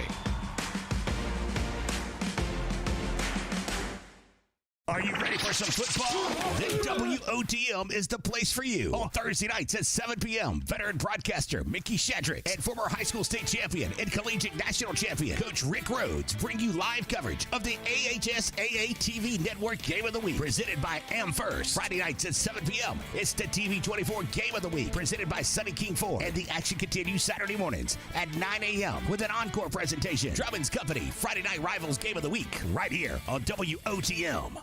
The perfect checking account doesn't exist. Not at a bank, that is. So why do you keep looking there? At AmFirst, you can get no minimum balance or monthly fees, an instant issue debit card, and free checks with unlimited check writing. But who doesn't want more? Like a rewards program you'll actually use, and convenient digital tools that make it easy to manage your account from anywhere. Now you could try and find that at a bank, or you could save yourself the trouble by checking with us. You know, Tony, it's almost that time of year again. Well, we already know the outcome. Roll Tide. No, not that game. I'm talking about scoring the #1 truck in America for the last 45 years, the Ford F-150. Right now, you can order a new 2023 Ford F-150 at Sunny King Ford with absolutely no deposit. Choose the features you need and the extras you want. Only at Sunny King Ford. That's right, Sunny King Ford, on the sunny side of the street, Anniston, Oxford. Now that's a catch. Sylacauga's best kept secret? No more. Harvey's on Noble is the place to go for the area's best food and drinks. Whether you're in the mood for steak, burgers, salad, seafood, or dessert, Harvey's on Noble will not disappoint, and the atmosphere is perfect for catching the big game or just relaxing after work. Harvey's is open for dinner Wednesday through Saturdays, so round up the family and we'll see you at Harvey's on Noble, downtown Sylacauga. It's the end of summer payment vacation happening now at Sarah Nissan of Sylacauga. Summer may be coming to an end, but your payments can still take a vacation. Make no payments until the end of the year and get 1.9% APR financing during the end of summer payment vacation sales event happening now online at Sarah Nissan of Sylacauga.com and at Sarah Nissan of Sylacauga, located just off Highway 280 at Sylacauga. Credit approval may require money down. 1.9% for 60 months at $17.48 per $1,000 finance. Regardless of down payment, visit dealer for details. And back at Mike Robertson Stadium at Hokes Bluff, we are at halftime of the game between the Eagles and the Southside Panthers. Here at halftime, got a special feature for you. Fairhope's Nolan Phillips stormed into the AHSAA's first football spotlight with his last-minute interception and touchdown. And AHSAA weekly host Susan Scott Carruthers caught up with Nolan Phillips. We are joined now with Fairhope head football coach Tim Carter and outstanding defensive back Nolan Phillips. Welcome, guys. Hey, thanks for having us. You know, I'm sure the whole state may have heard by now about the exciting ending to your game last Friday night. Can y'all tell us a little bit about what happened? Go ahead, Nolan. Well, we were obviously tied going into the fourth quarter, and we had like 20 seconds left on the clock, I think, or 15. And we went in the huddle. We called a timeout. We went in the huddle, and I think it was one of y'all or my DB coach telling us that we had to play further back because obviously they're going to pass it there in that situation. So once they snapped the ball, everybody started dropping back. And once I saw the ball in the air, I knew that I had a chance of catching it. So I just went up to it and caught it, I guess. And then obviously returned it from there. Had great blocking from my teammates as well. Well, great. Coach, you know, I've heard coaches say that they have their team practice every imaginable situation. So is this something you guys have practiced, or is this something you couldn't even imagine? Yeah, we drew it up. We were planning on that right before the pass. No, I'm just kidding. You know, we work on interception returns, but, you know, for it to happen like that and a storybook opportunity, we had encouraged them. They had the momentum probably midway through the fourth quarter, and we finally were hoping to get back out. Our offense scored, tied the game back up at 28, and we were just trying to create a positive mindset for them. And we just said, somebody's going to make a big play. We don't have a turnover yet. We've not created a turnover. Just trying to get them to paint the image of being aggressive rather than just sitting back on their heels. And boy, I tell you what, Nolan sees that. The way he went and high-pointed that was not even his receiver. He went to the inside receiver when he read the pass, and just a very athletic play. And when he caught it, I really thought he would fall down, but he landed on his feet somehow, and he made two guys miss right off the bat. And he's got really good speed, as you can tell. And when he got going and we saw that, you know, it kind of almost looked like, I hate to say this, but the kick six with Auburn, the linemen were trying to get over there, but I felt like he would get the sidelines, and he did have a host of guys helping him. But when he turned on the jets, I mean, it was it was very good. And the thing is, the clock struck 0 when he was about on the 30-yard line, so it was an all or nothing play. I mean, if they tackled him on the 1, it's overtime. And so the whole crowd, the whole sidelines were like, "Oh my God, get in! Come on, get in! Score! Score! Score!" And of course, he made a beautiful cut right at the end, and got a block from PJ Harbin, and it put him in the end zone. Well, and Nolan, we saw in the highlight video that you got mobbed by your team in the end zone, but tell me what has happened since then. Have you been kind of big man on campus this week at school? Yes, ma'am. Well, a bunch of people around town have been noticing me, like when I've gone out. And I think it was, yesterday at school, we were at lunch, and some of my teammates made everybody stand up and give a standing ovation for me. And it's just been really fun. Well, as much fun as it is to enjoy this victory and that highlight especially, I know that you can't rest on it for too long. So tell us what's next for your team.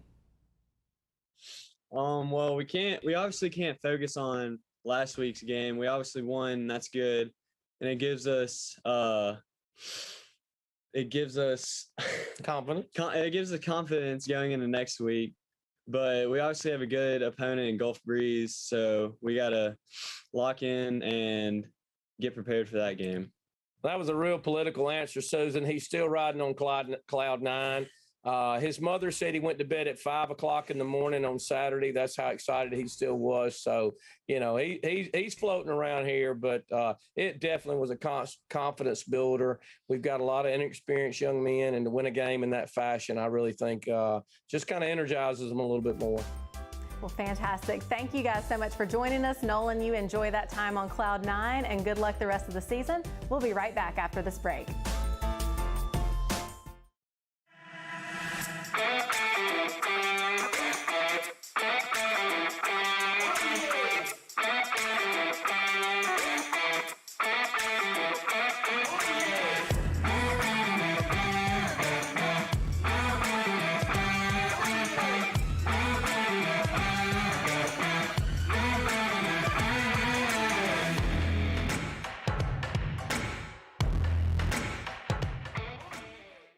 Are you an enthusiastic sports fan? Want to have fun and get in on the action? Heck, yes. That'd be awesome. Have great attention to detail? Want to stay active? Definitely. Want to give back to the student athletes in your community? Obviously, yes. Then you'd make an excellent high school sports official.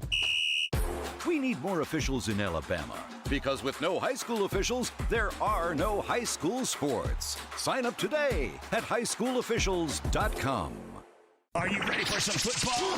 Then WOTM is the place for you. On Thursday nights at 7 p.m., veteran broadcaster Mickey Shadrick and former high school state champion and collegiate national champion Coach Rick Rhodes bring you live coverage of the AHSAA TV Network Game of the Week, presented by AmFirst. Friday nights at 7 p.m., it's the TV24 Game of the Week, presented by Sunny King 4. And the action continues Saturday mornings at 9 a.m. with an encore presentation. Drummond's Company, Friday Night Rivals Game of the Week, right here on WOTM.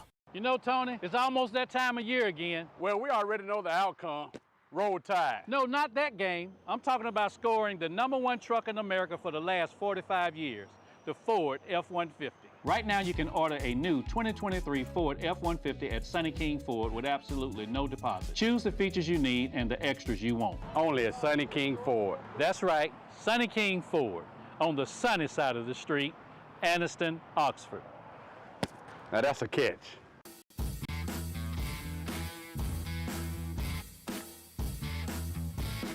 And now we're back with weekly highlights from Week 0, compiled by AHSAA's David Holtzford. Let's talk about football and volleyball.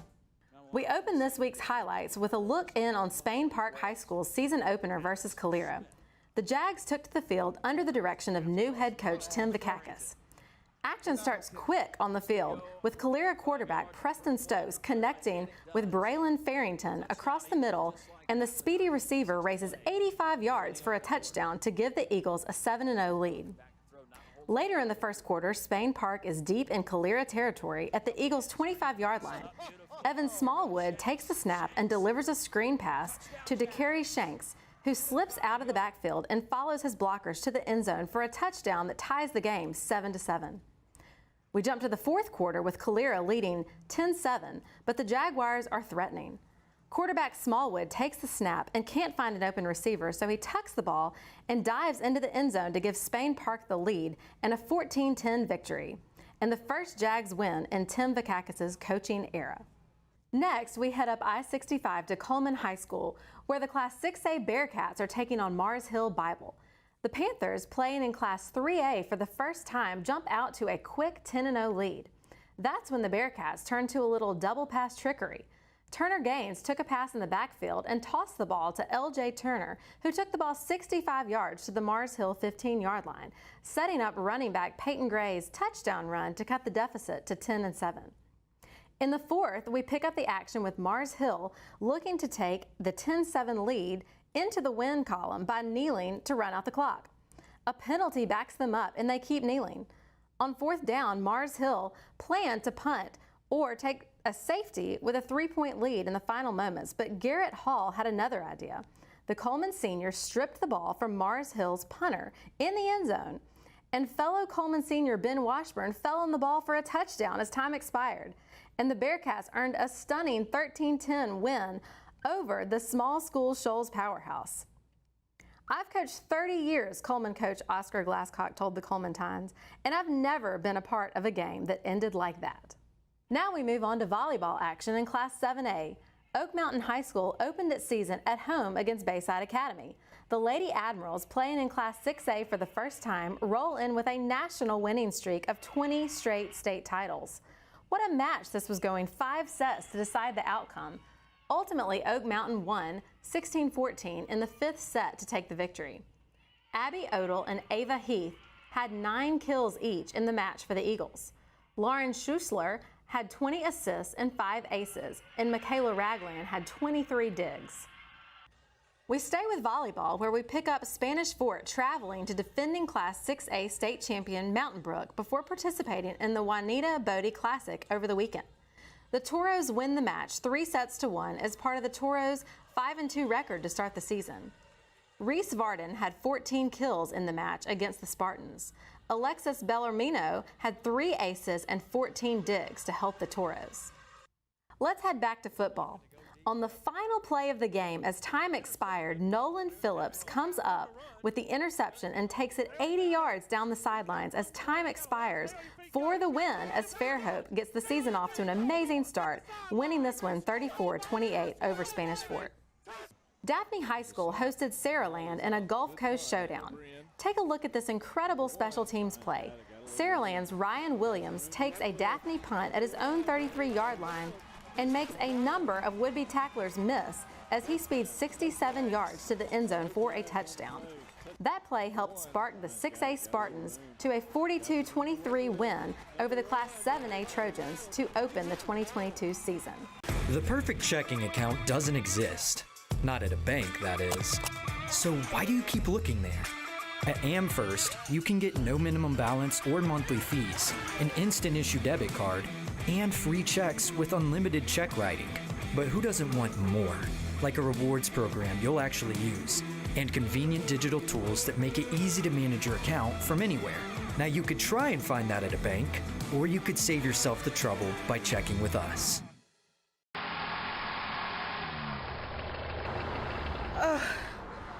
I need the king, boys.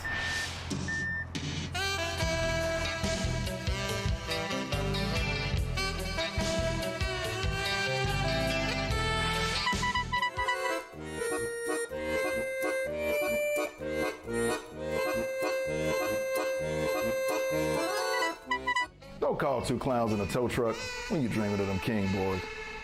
It's the end of summer payment vacation happening now at Sarah Honda in Sylacauga. Summer may be coming to an end, but your payments can still take a vacation. Make no payments until the end of the year and get 1.9% APR financing during the end of summer payment vacation sales event happening now at sarahhonda.net and at Sarah Honda on Highway 280 in Sylacauga. Disclaimer with dealer preferred lender. Credit approval may require money down. 1.9% for 60 months at $17.48 for $1,000 financed, regardless of down payment. Visit dealer for details. Sylacauga's best kept secret? No more. Harvey's on Noble is the place to go for the area's best food and drinks. Whether you're in the mood for steak, burgers, salads, seafood, or dessert, Harvey's on Noble will not disappoint, and the atmosphere is perfect for catching the big game or just relaxing after work. Harvey's is open for dinner Wednesday through Saturdays, so round up the family and we'll see you at Harvey's on Noble, downtown Sylacauga. And back at Mike Robertson Stadium in Hokes Bluff, Southside leading the Eagles 7-0 here in this Etowah County rivalry here on the AHSAA Game of the Week. Mickey Shadrick's Coach Rick Rhodes, and Coach, this first half, a lot of penalties as we talked about there in the last segment, but Southside very effective moving the ball. It's just the penalties really stopped a couple of their drives. Yeah, very much so. Especially in the first quarter, really Southside looked like they were out to practice early. This is the first part of the first quarter. You can see that both in the air and on the ground, Southside is moving the ball extremely well. That young man right there, number 1, Cody Roberts, was very effective.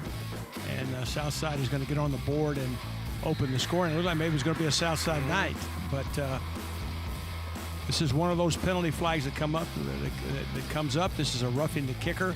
It's going to kind of turn the game around just a little bit. It really created a situation where, despite not scoring, Hokes Bluff missing the field goal, getting close down a couple of times, and here's the missed field goal attempt.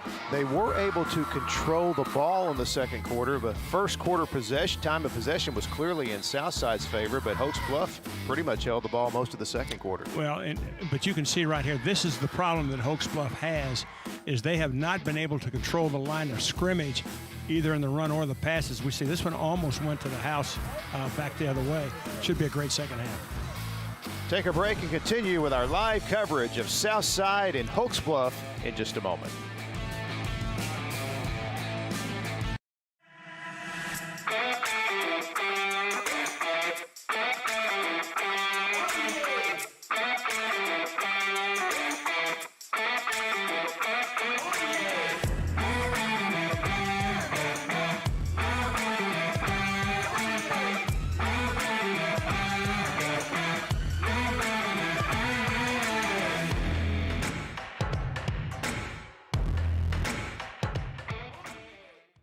A game without a crowd is just a scrimmage.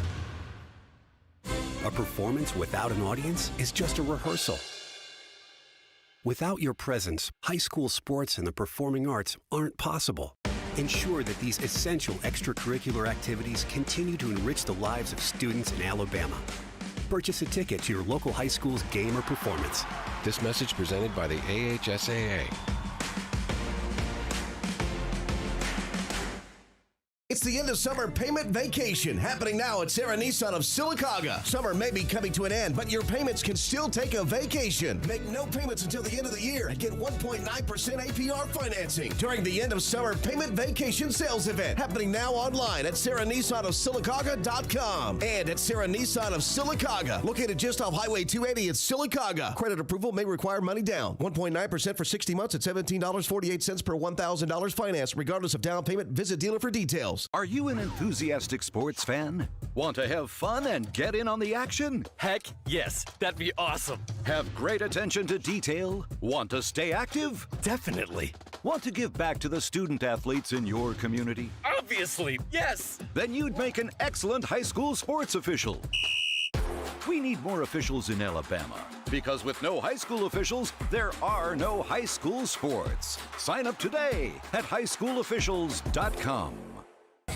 And the AHSAA Game of the Week presented by AmFirst coming your way tonight from Hokes Bluff, where Southside leads their Etowah County rivals by a score of 7-0. We are just moments away from getting the second half underway, and Coach, I think the big key for Hokes Bluff will be, can they get Southside out of the box? The Panthers defensively just crowding the line of scrimmage. Yeah, that is the key, Mickey. I mean, there's just more white shirts than the green shirts can block. It's just as simple as that. Now, they've been able to get some effective runs, but they have not been able to string enough plays together to get in the end zone, and they're not going to unless they can loosen up that defense and get people out of there. And we sound like a broken record. Southside, obviously, they got to get rid of the penalties. Well, you know, the featured player in the first half was the official. So, I mean, you know, that's and most of that was Southside's doing, and they're going to have to eliminate that. Got to be more disciplined. Can't have those penalties. If they do that, they've shown they can move the football. But a very physical, hard-fought game, as we expected with this long-time rivalry. Yeah, it really has been. It's been a fun game to do that. You know, as we said, this game started in 1937. It's the first time these two played. The rivalry goes way back.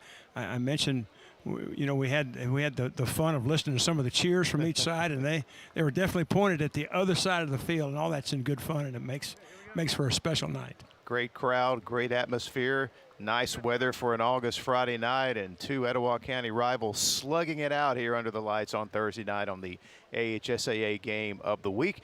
We are getting set for the kickoff, but before that, we're going to check in with Hokes Bluff head coach Mike Robertson, who's joining us now. Coach Rob, Mickey Shadrick, Rick Rhodes with you, and we just talked about the fact Southside's crowding you at the line of scrimmage. Any plans to try to move the ball differently here in the second half? Well, I like to say yes, there is ways we can do something to counter that, but we still got to block them one-on-one, and our receivers have got to separate. We just can't separate right now. So, but, you know, again, give them credit. You know, they got a little more speed than we do, so they're doing what they think's better. But, yeah, you're right. They're sitting in the house. I know it. We know it, you know, but what to counter that with, we just hadn't found the play yet. But I'm proud of our guys for hanging in there. You know, the second quarter I thought we played a lot better, and we just got to gain a little bit of confidence. Our young guys, you know, getting their feet wet, but, you know, hopefully we'll be fine. All right, Coach Rob, we'll let you get back to your team. Thanks for taking a minute with us, and good luck in the second half. Hey, thank you, guys. Yes, sir. Bye-bye. All right, Coach Mike Robertson taking a moment to join us here as his team gets set to do battle with Southside here in the second half. Again, this Hokes Bluff's first game of the season. Southside 0-1, so both of these teams really wanting this win badly. Oh, absolutely. No, I mean, you know, you want to start out on that positive note, and folks, you just listened to a ball coach right there. Yeah, basically the whole world knows what Southside's doing to us. We just hadn't figured it out yet. But again, he is the type of coach that's going to challenge his team. Look, doesn't worry about what they're doing to us. Let's focus on what we can do, and let's just take them on. Well, this is far from his first rodeo. I guarantee you, he had a plan at halftime, and it's going to be very interesting to see exactly what they come up with in this second half, and we're going to find out real quick. And his team will get the ball to begin the second half as they get the kickoff return here, and that is Logan Wyman with the return. And so we will find out pretty quick, Coach, how Hokes Bluff plans to attack this Southside defense here to begin the third quarter. Well, and of course, what you'd like to do is to flash that run fake and freeze all those defenders and get two guys in one area of the field against one defender and just throw opposite that defender. And, of course, that's all real easy to do sitting here in the broadcast booth. Not quite so easy to do on the line of scrimmage because they're bringing a lot of people, and it's going to be tough to block them, but we'll see how they adjust. So they're going to start out in some form of a spread look. At least they were. Now back we have a stoppage.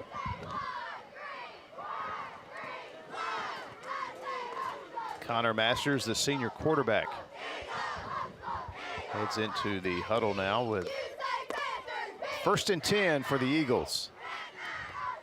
Coach Rob is right. The Eagles did play much better in the second half, and we mentioned how they control the ball and time of possession there in the second quarter. They open with a pass on 1st down, and I tell you what, that's a pretty good answer. Cole Stone is going to take it in for the touchdown. Well, now that will loosen them up a little bit, Mickey. Now, they'd run that fade before, but what was the difference in that one? That ball was right on the money, right over the outside shoulder. Defensive back couldn't do anything about it. Great separation. Wow, what a way to start the half. And Cole Stone showed some speed, and what a beautiful throw right there by Connor Masters. Laid it right in there for Stone. I wonder why Coach Rob didn't tell us he was going to run this play just a moment ago when we talked with him. He kind of kept that from us, didn't he, Coach? Well, you know, he said he had something.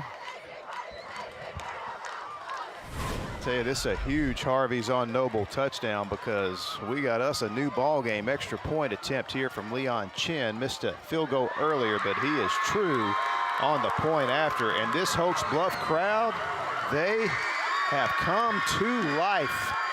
Well, here's the Sonny King extra point ties the game. As they used to say in Tuscaloosa, bingo, that was a goodie.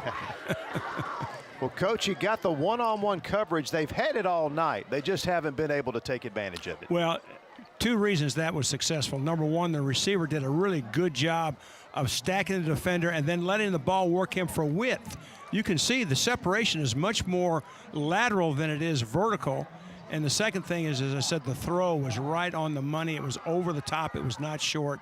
Just really, really well conceived, both with the throw and the reception, and a little bit of speed after the catch. It's a little different demeanor on the sideline right there. Stone beating the sophomore corner Silas Osborne for the big, big touchdown. Sarah Automotive kickoff. And now Southside. See how the Panthers answer, as they will get a good return here from Cole Garrett down the far sideline. That's a pretty good answer with special teams as they'll start this drive at around midfield. Really good field position, and they answered right back. I tell you what, boy, has the tone of this game changed. Well, momentum is wearing green right now. We'll see if the Panthers can change that. And this young man, Gage Neesmith, shown his capabilities in that first half. Good-looking quarterback. Showed us a lot in the first half. And we're going to get a flag right away. Well, that didn't take long.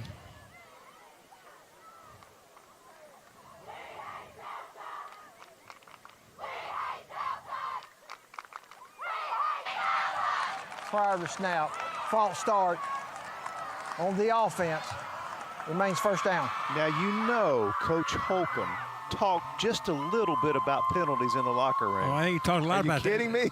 That's why you see that head shaking on the sideline right there. Is that why you're sitting here now, not on the sideline? That is one of many reasons.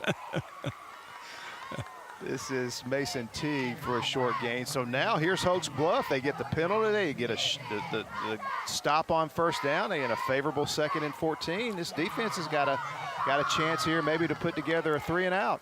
Well, and you know, those penalties now, after a while, they start to wear on your psyche a little bit. You start thinking a whole lot more about, you know, are we going to make another mistake? What's going on? Than you do about knocking somebody off the ball or concentrating on a catch or all the things that players got to think about. 2nd and 14.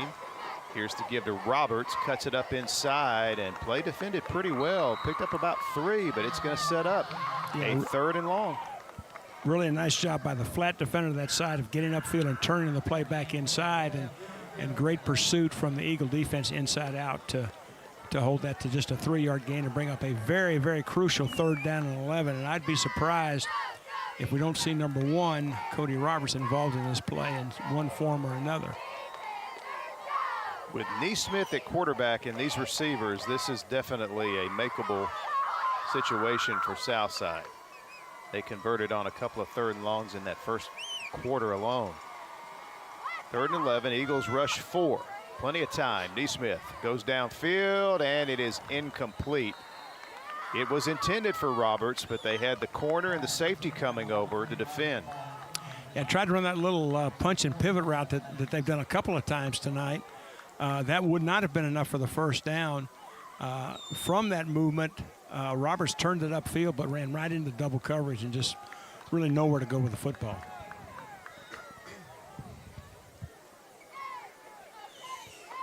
So Neesmith stays in the game to punt on 4th and 11. And the Hokes Bluff defense coming up with a huge stop after the good field position on the kick return. And This will take a Southside roll and be downed at around the 10-yard line.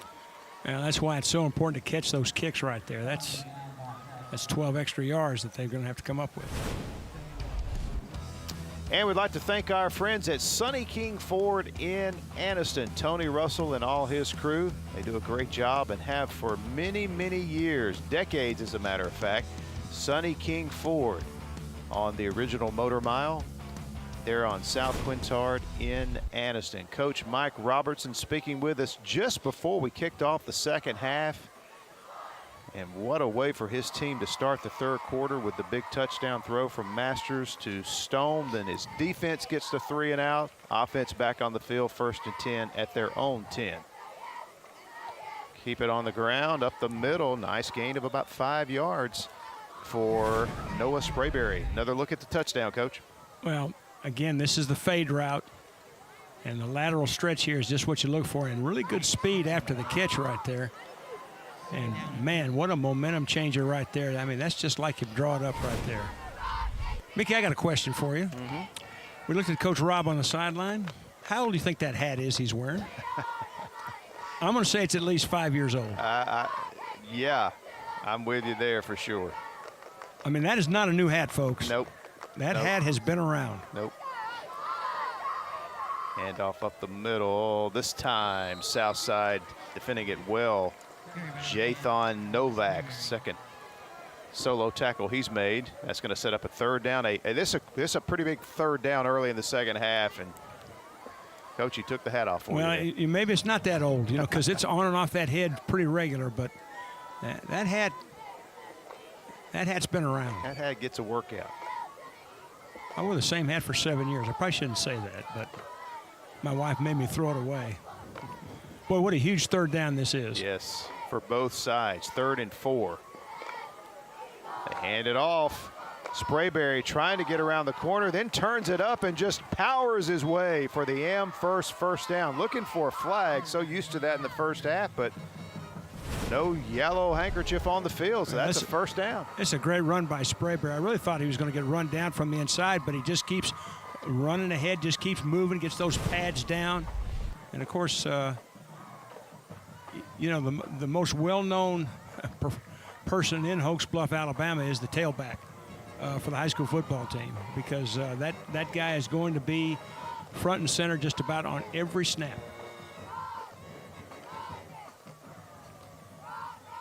Masters rolling out. Pass is intercepted. It was batted. It was tipped and intercepted by Garrett, who's going to return it for the touchdown. Well, just a very ill-advised throw. That play was well covered from the very beginning. Again, we talked about it earlier. Southside had somebody upfield, had somebody in the flat. Ball was tipped, and just really nowhere to go with the football. Heads-up play right there. That tip ball is not easy to catch. And during the return, a block in the back. We do have a flag. During the return, with 10 yards, spot of the foul, be first down. So take the points off the board, but possession stays with Southside. But again, another huge penalty. Oh, that's about as huge as it gets right there. And a block in the back in that situation makes no sense at all. I mean, that clearly was going to be a score. No reason to throw any block at all. By the way, let's credit Blake Phillips with the tip. Really nice job by him. And, of course, Cole Garrett with the score. Just a really heads-up play. It's really a shame that let's see if you can see the tip right here. He gets those hands up, really splits them.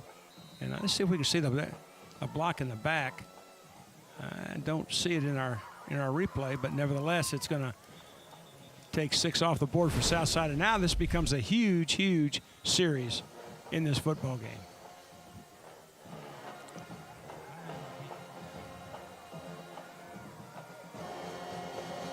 They'll have great field position. Looks like they're going to go back to that unbalanced line, this time to the field. First down inside the Hokes Bluff 30. Teague spun backwards by Dakota Holcomb, the 5'10", 245-pound senior defensive nose guard. Yeah, tried to run the power play. Very well defended that time. Was not an unbalanced line, just tied into the field with the receiver outside. Of course, Holcomb is a defensive mainstay. 5'10", 245-pound senior. Patrols the middle of that formation.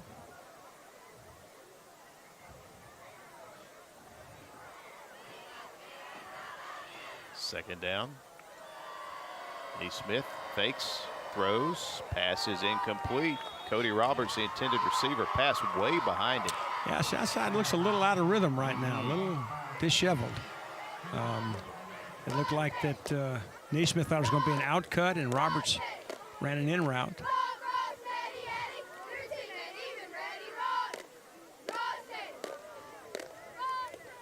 So 3rd and 10.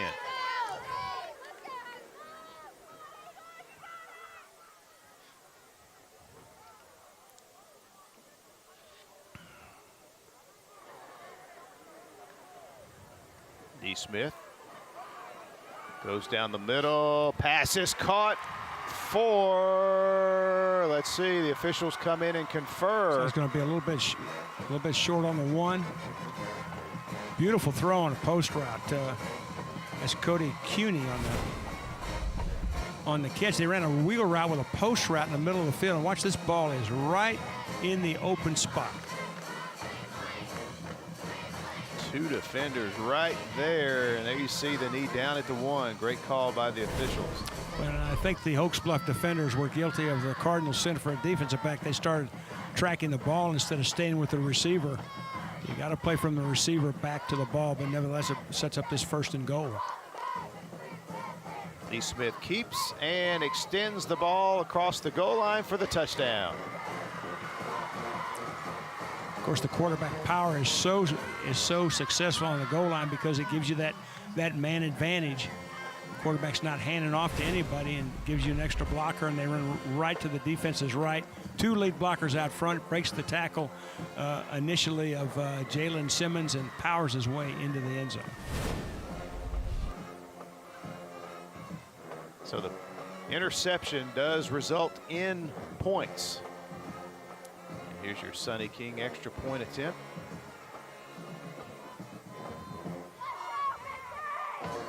Low snap, but a good hold and a good kick. 14-7 as the Panthers regain the lead here in the 3rd quarter as both teams have swapped touchdowns. Here's the interception that got it all set up for Southside. Yeah, well, tipped and really not an easy catch at all.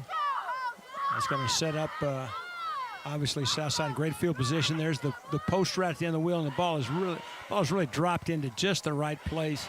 Nice concentration at the end of the catch, and now the touchdown by Neesmith. Good blocking up front by the pulling guard and by the running back. Gets Neesmith into the end zone. I tell you, Neesmith has operated with a pretty clean pocket all night, too, Coach. Yes, I don't remember pressure getting to him one time yet. I could be wrong, but hasn't been much of it.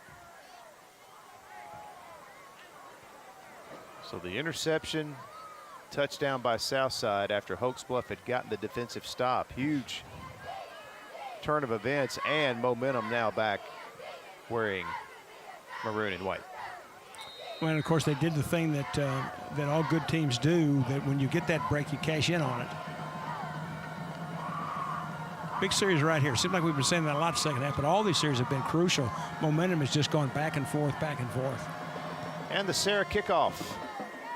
It is a good one, and it'll be a touchback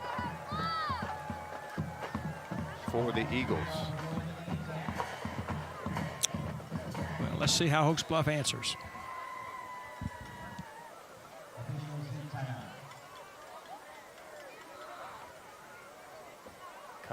Connor Masters, the quarterback, has seen some highs and lows here already in this 3rd quarter. Started off with a big touchdown throw to Cole Stone, then the tip pass and the interception, and that'll take us to our heat timeout. Hokes Bluff football when we return to Mike Robertson Stadium.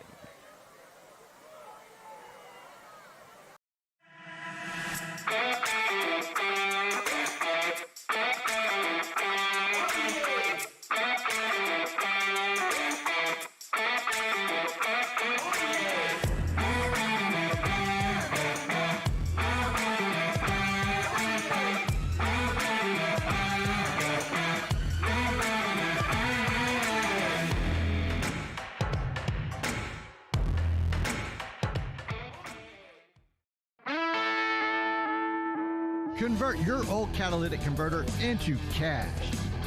Right Way Auto Salvage in Munford will pay cash for your catalytic converter. We buy converters. With over 1 million parts in stock, Right Way Auto Salvage can take that old converter and turn it into cash. Take your old converter and turn it into cash. Right Way Auto Salvage, located in Munford, Alabama. And Big Time Entertainment, located in Oxford, Alabama, is the newest family entertainment center in the state of Alabama. Over 70,000 square feet of indoor and outdoor entertainment. One of the most unique indoor go-kart arenas, also bowling, laser tag, and outdoor putt-putt, and also a large arcade that is available on Friday nights after the game with a $10 unlimited play card with the Big Time fifth quarter. Hokes Bluff hoping to have a big-time answer here, and they get it started off right with Noah Sprayberry, who just refuses to go down, spins his way inside the south side 40, finally wrestled to the turf by the Panthers junior linebacker Titan Rich. It's a little counterplay. The play starts left and comes back right. Watch this little inside cut right here. A pretty good job of picking him up and laying him down right here. Nice little spin move right there. Good, tough running. You know, it does nothing fancy out of this young man, but he is just very effective. No, he's kind of a throwback. He's kind of a, here's a name out of the past, Tom Maddie. That's probably before your time, isn't it? I remember the name, I have to admit. First down, they give it Sprayberry again, and I'm not sure east and west is his strength, but the flag does come in. Yeah, I don't know what the penalty is for, unless there's a illegal block on the perimeter. That was Titan Rich that had him by the jersey when he tried to bounce it outside. Well, actually a rare penalty against Hokes Bluff. Yeah, I did not see the signal. Coach Holcomb wants to refuse the penalty and take You're the going to play hold on the offense. That'll be declined. Brings up second down.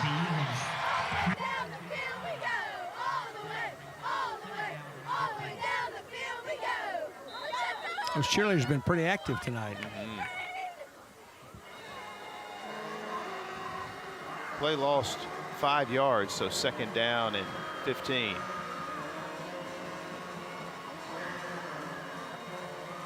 And nowhere to go for Whitaker. I think tried to, on that long yardage situation, tried to pop that inside run, but really just nowhere to go with it. And Whitaker came up minus helmet. He'll have to come out. So 3rd and 15 for the Eagles.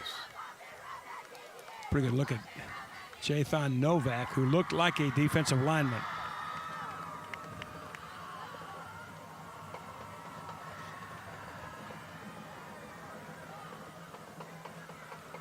Kind of what it's all about inside. And a whistle.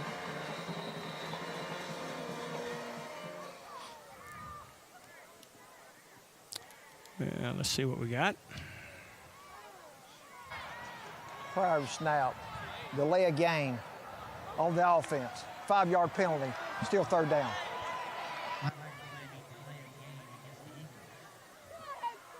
Makes it a 3rd and 20.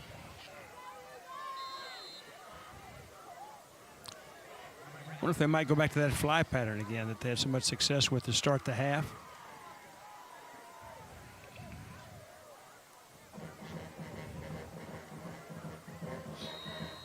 And Coach Robbie there, you saw telling the official he wants a timeout here on 3rd and 20.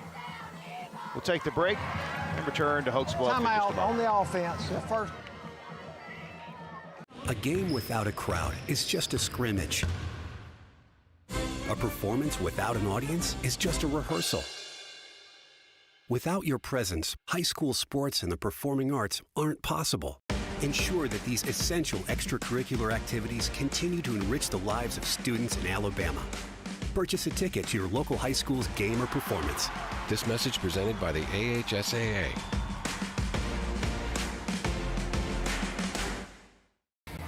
And for those of you watching our game tonight on My 68, you can tune in tomorrow night for Armwood out of Florida versus Hillcrest of Tuscaloosa, 7 o'clock kickoff on My 68 Friday Night Rivals, and then the replays on WOTM beginning on Saturday morning at 9 a.m. Getting a lot of those intersectional rivalries here. Thompson went to Georgia last week, and I think they're playing a team out of Nashville tomorrow night. Southside fans making the short trip to Hokes Bluff. Lots of enthusiasm in the stadium, which is always fun to see.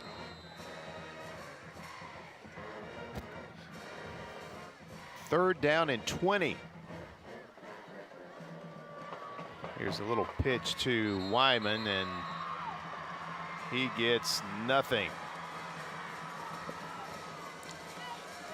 He got a whole armful of Jared Harden, who said earlier, #2 wrestler in the state at the 285-pound class. It looks like he might need to hit the steam room now before wrestling season gets here. I think Coach Holcomb's fine with that weight for a few more weeks. I think so. I think he'll worry about that after football's over. And another whistle.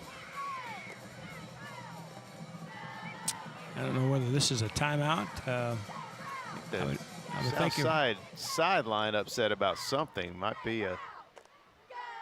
They might have had to take a timeout. No, some type of penalty. Illegal substitution. And they had 12 men on the field. On the receiving team, 5-yard penalty. It's still 4th down. Well, Coach, one thing that hasn't changed is the penalties in the second half. We're still rolling with it. Not appreciably, that's for sure. And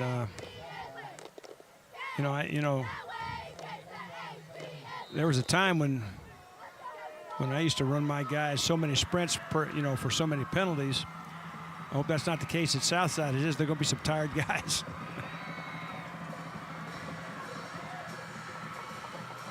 And the kick by Pilkington mishandled inside the 10, and pouncing back on it, though, was Cody Roberts. So the Panthers will keep it. 1st and 10 at the 10. Just under 4 to play third quarter. But not very good field position for the Panthers, and an excellent defensive opportunity for Hokes Bluff.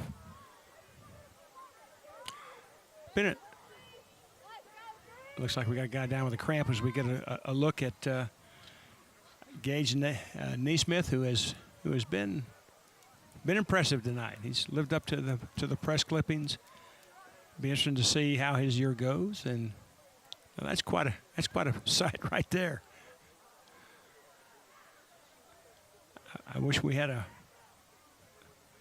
a microphone down there. I don't know whether it's a cramp or worse than that.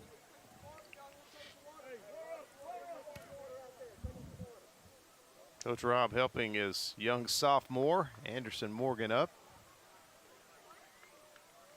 I think clearly a cramp situation. I think if Coach Rob asked you if you could get up, I think you would say yes, sir, and get up.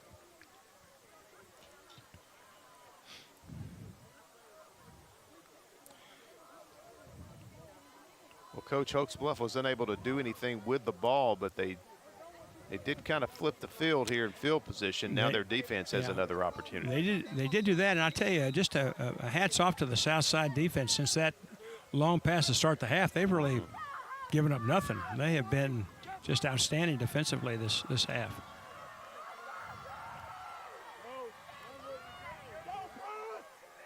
First and 10 for Neesmith and company. Neesmith hands off to Teague, breaks a tackle in the backfield. Nice hard running out to about the 18-yard line. Finally taken off his feet by Coleman McGinnis, but a good run on first down. Yeah, he's going to run through about 2 or 3 tackles.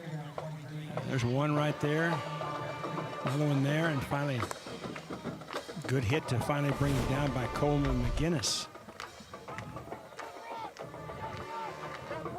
Second down and 2.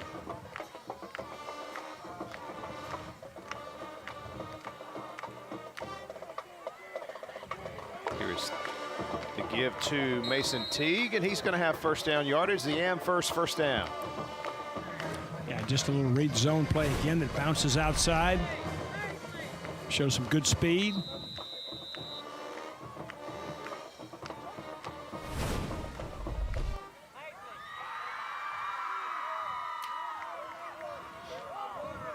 Yeah, I think the cramp monster has arrived.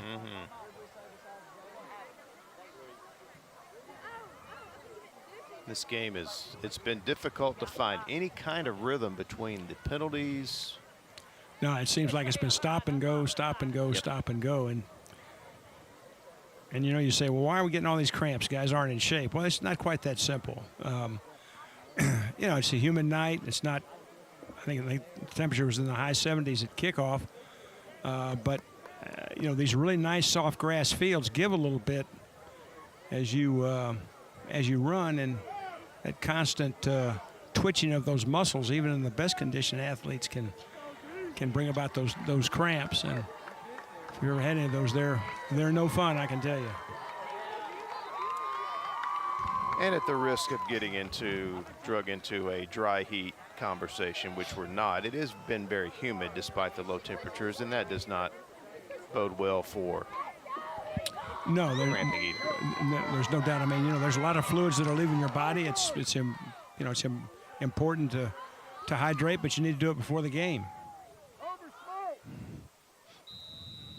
First and 10 out at the 23 for Southside as we resume play.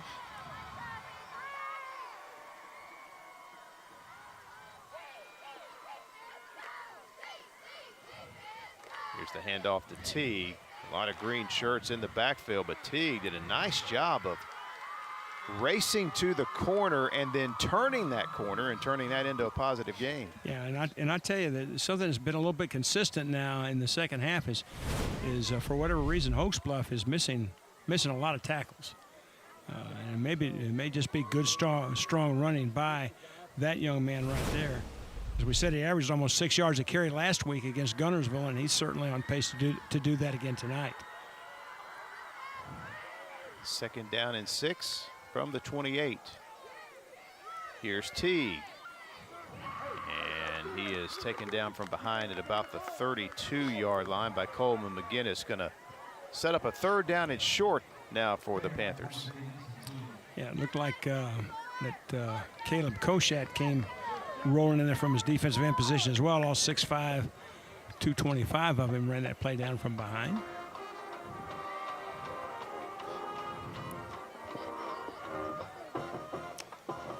Mickey, he has that look about him, doesn't he? You know, all those quarterbacks, they have that presence. Third and 2, hands it off to Roberts, and Roberts is going to get enough of a surge from that offensive line to pick up 4 yards and another AmFirst first down. If you watch again, that offensive line is definitely asserting their will, and good tough running by Roberts, who's really shown some versatility that is hard to find, frankly.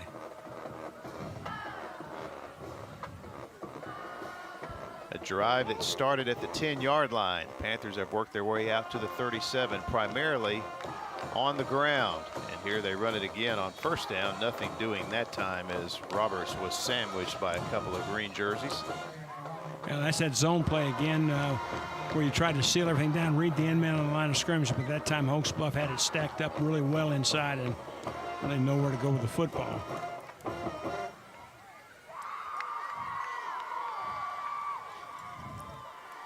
Gain of 1, second down and 9.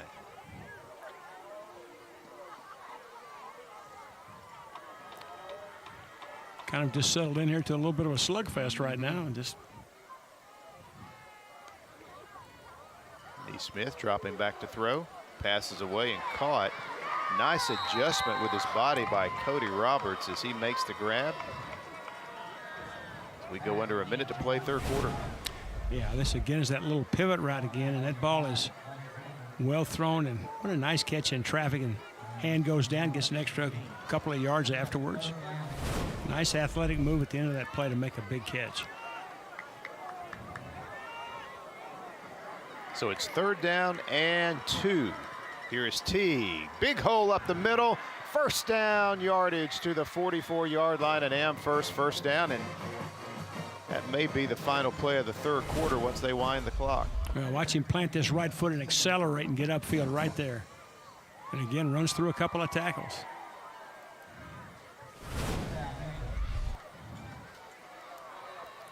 And the Panthers do not have to run another play here in the 3rd quarter. And a good quarter it was.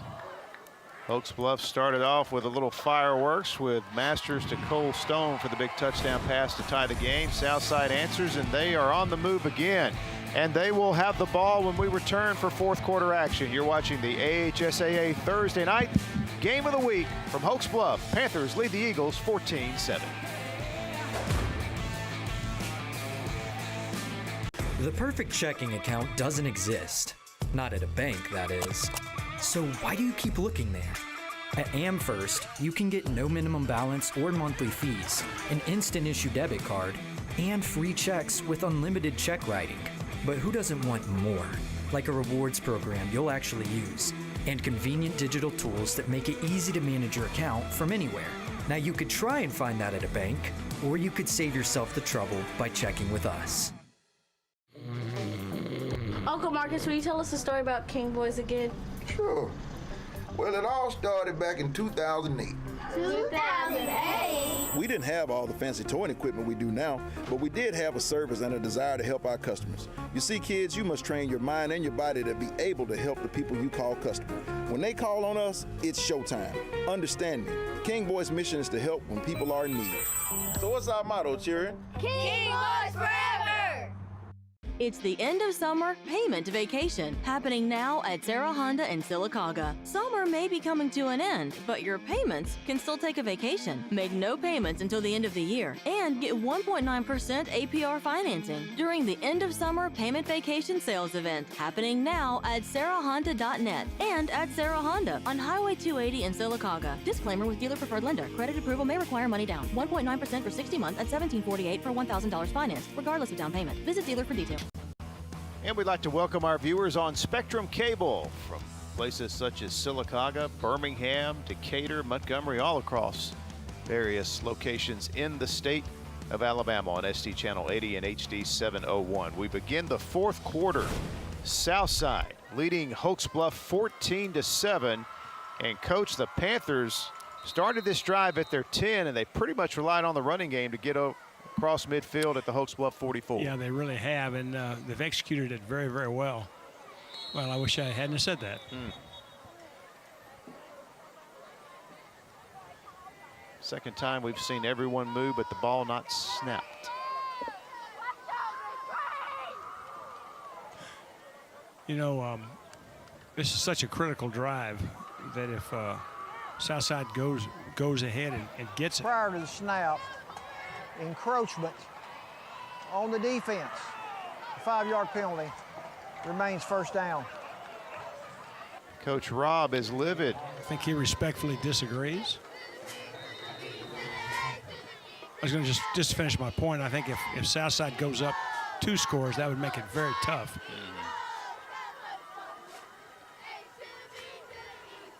First and 5 after the penalty. Teague. 2 or 3 tough yards that time. We'll set up a second down and about 3. But still, that initial hit by the Hokes Bluff defense is not bringing Southside runners down now. They've been able to consistently break tackles here in the second half.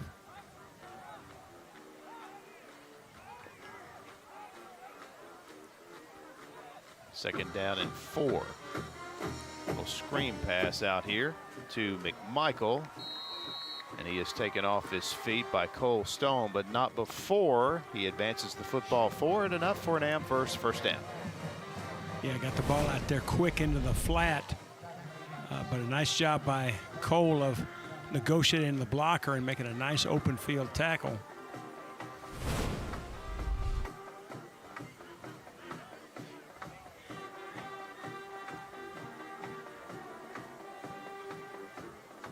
First and 10 at the Eagles' 33. Here's Teague. Another short gain. Looked like that play might go for some more yardage, but a nice play there by the Hokes Bluff defender, who appears to be down on the ground with a cramp.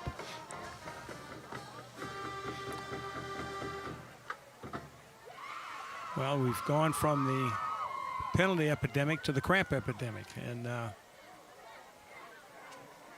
seems to all be the left leg. I wonder what that is.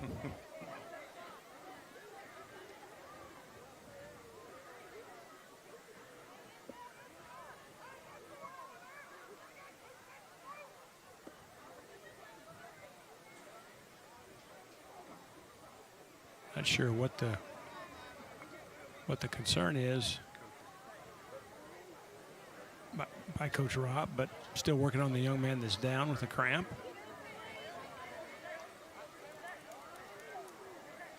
And once they start, it's like an epidemic. It's a challenge. 27 years, 170 wins, 2001 state champions, and most importantly has left a lifelong mark on hundreds of players, well, hundreds of students. It's not just the players that he deals with. I'm sure that the mark that he left on that community will be felt for a long, long time. It's kind of what it's all about.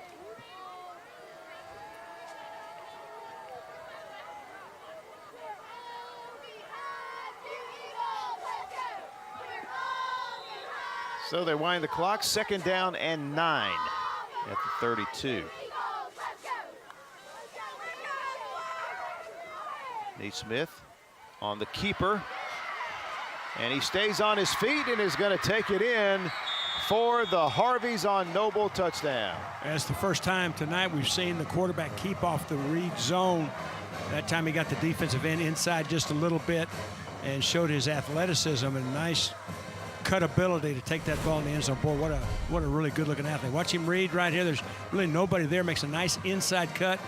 Now watch him slip these tackles right here. Nice cutback and show some speed. And got a feeling we might see this guy, but might be seeing this young man playing for a while. Great sophomore year last year and off to a good start this season. Extra point from Alabasi is good, and it is 21-7, a huge score, a 2-score game now after this run by Naismith. Now watch these cutbacks. One right there, another one right there. Just works back against the grain, attacks the weak side shoulder of the tackler. Just really, really great athleticism right there, and good speed once he gets into the secondary.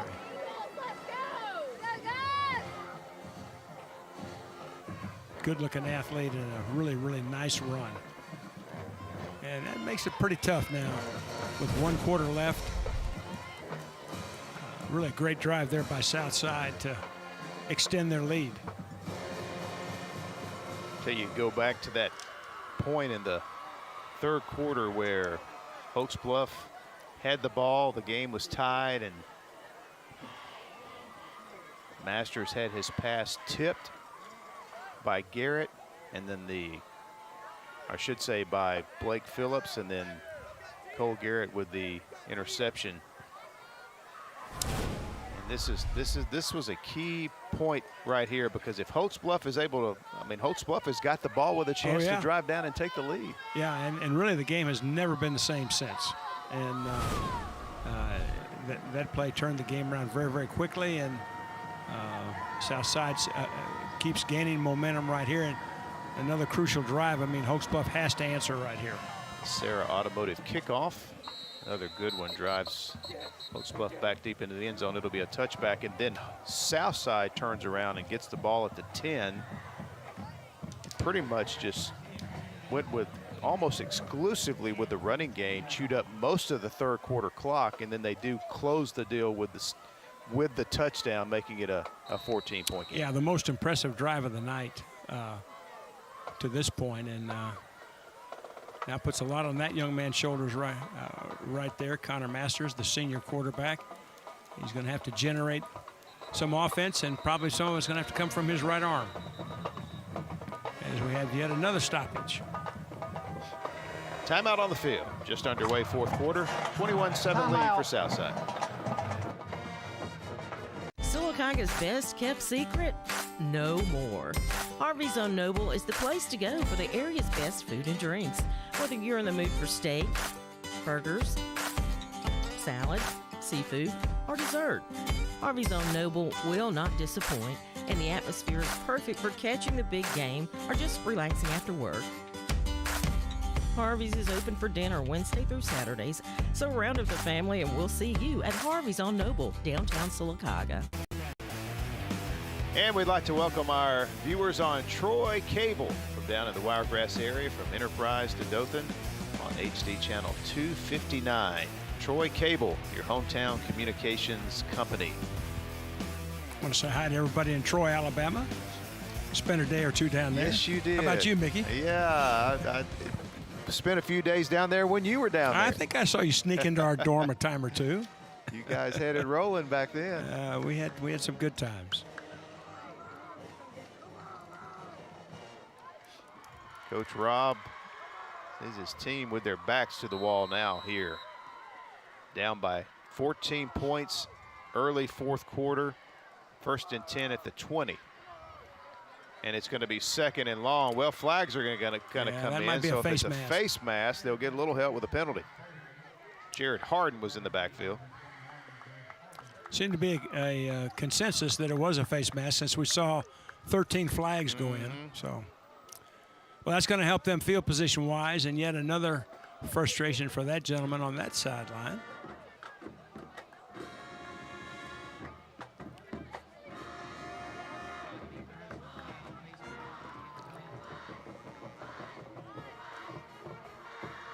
Boy, if they run sprints for every penalty, they're going to be a tired bunch come Monday. Potentially after a win, too. Yeah. Little help with a penalty. First down at 34 and another whistle. Okay.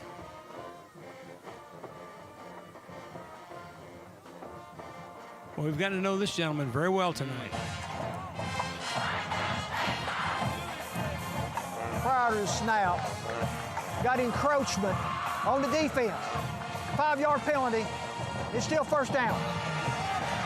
Well, Coach, I'll venture to say the face mask penalty, that's one type of penalty, right? But jumping off sides before the ball is snapped. Well, you know how I feel about that. I mean, it may be time for a headset to go flying, or, you know, a helmet or a hat to be thrown, or. In other words, you can kind of live with the penalties, effort penalties. Well, kinda. Kinda, But yeah. at some point, you know, you got to quit saying please, and you just got to, guys, this is stopping. And I'm just trying to cut down on the sprints here, Coach. That's all I'm trying to do. Well, I tell you what. Sorry, buddy. It's not working. Matter of fact, you just got 5 extra. Hey, I know somebody who played for you. I understand now what they meant. Oh, man. Well, you know, sometimes you just can't give them a choice.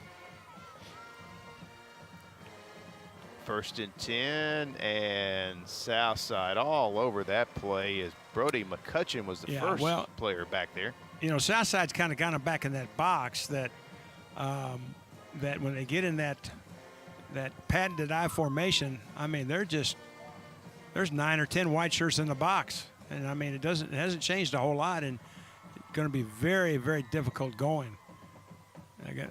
Again, we're right back to what we said. You know, they're going to have to loosen this secondary up just a little bit. No question, Southside still daring them to throw. Look at all the white jerseys in the box, and they will put it up in the air here, but I tell you got to give Smiley Jones a tip of the hat tonight, Coach. Even though the flag comes out, he is. Well, it's all one-on-one coverage. He's been right there with the receiver. Yep. And it looks like we do have some more laundry.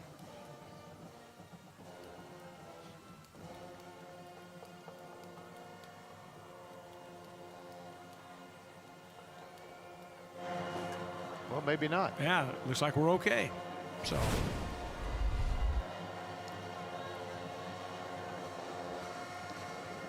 Yeah, it looks like that it was pretty clean, so brings up this 3rd down and 12.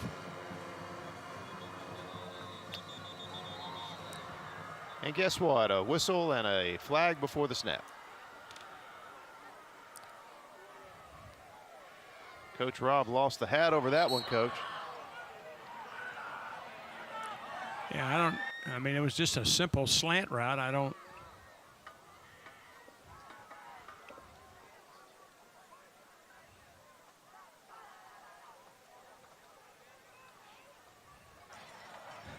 Prior to the snap, false start on the offense, 5-yard penalty, remains 3rd down. I'd be interested to know what Coach Rob's concern is right there, whether he feels like his guy was drawn offside. We also have a sideline warning on Hokes Bluff.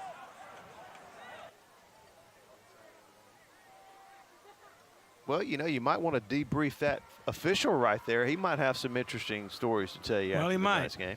Yeah, he might. He. You know, those guys, they catch a lot of what the coaches have to say during the game, and. Well, you know, those guys that work the sidelines, they have to be a certain type. Yes, they do. You know, I remember I had one year that I gave them this long spiel. I thought it was really good. He turned to me and says, "Coach, I don't have time to talk to you right now." And you just have to do a lot of listening and nodding your head. And yeah, you see his look right here. See, he's looking straight ahead. He's got a couple things to say, but he's not going to look at the coach. He's going to look right out at the field. 3rd and 17. And Sprayberry nowhere to go. Once again, the Southside defense just smothering on this series. Yeah, just tried to cut it back, but that upfield charge by the outside linebacker to that side, Cameron Flowers, just a freshman. He was right there, and when the cutback came, he was right there to make the play. And boy, nothing right there on that series. 4th down and 20.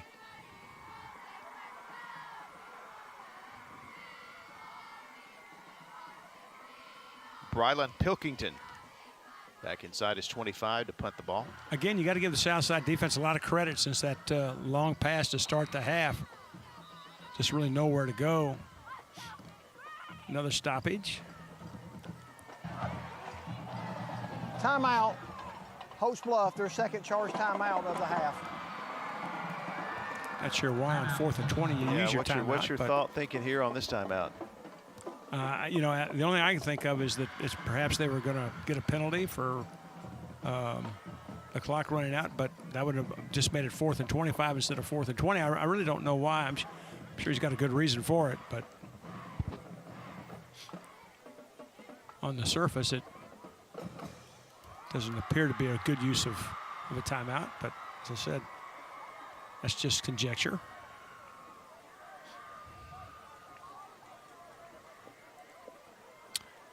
On the other side of the sideline, I'm up 21-7, and I'm not very happy. So I can tell you, as a coach, when you get that many penalties, it doesn't make a difference what the score is. You're not too happy. No.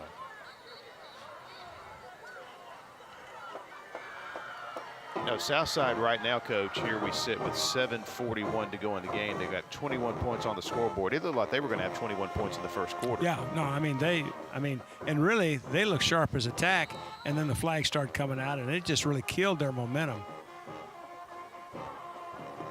And, you know, the same thing here. They've had several penalties in this right here that they've ended up stopping. Well, that's sometimes when things go bad, they keep going bad. That's going to be a touchdown. So it's getting real ugly now for the Eagles. Well, when that ball was snapped, the first thing you saw was the center's tail straight up in the air, sky high, which means that ball is going to go up, and it sure did.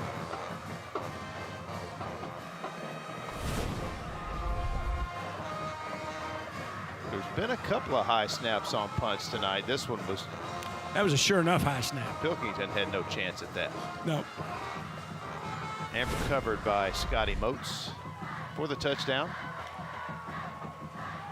Well, Harvey's on Noble. Touchdown by way of special teams.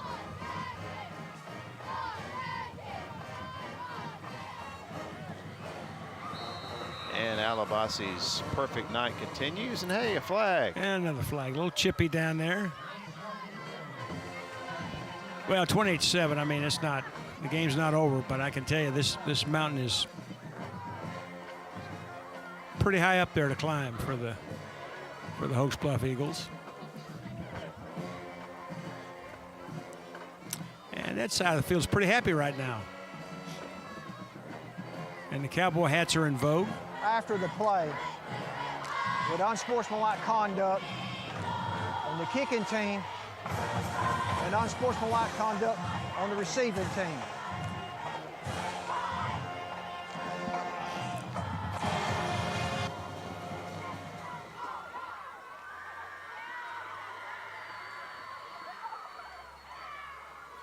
I think it's the first cowboy hat I've ever seen with blinking lights on it.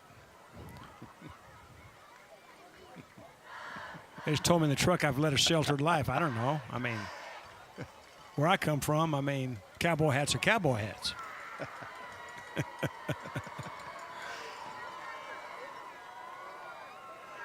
Now that special team score's got to make him feel a little bit better.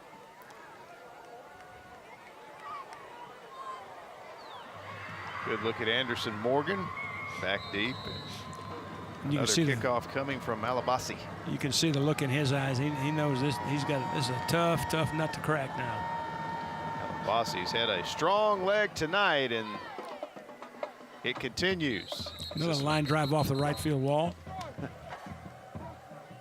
He does have a strong one. Yes, he does.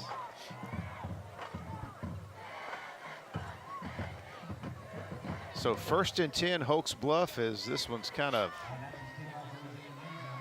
gotten a little bit out of hand here in the 4th quarter.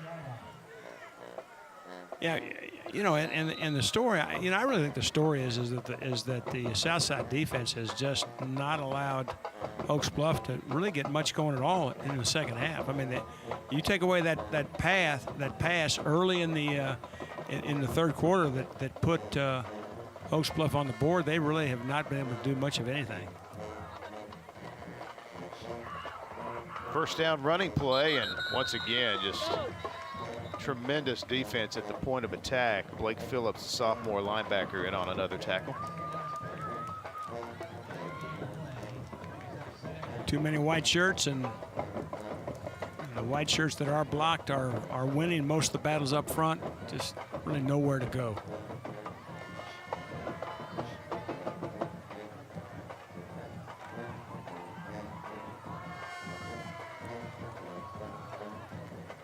Second and 10.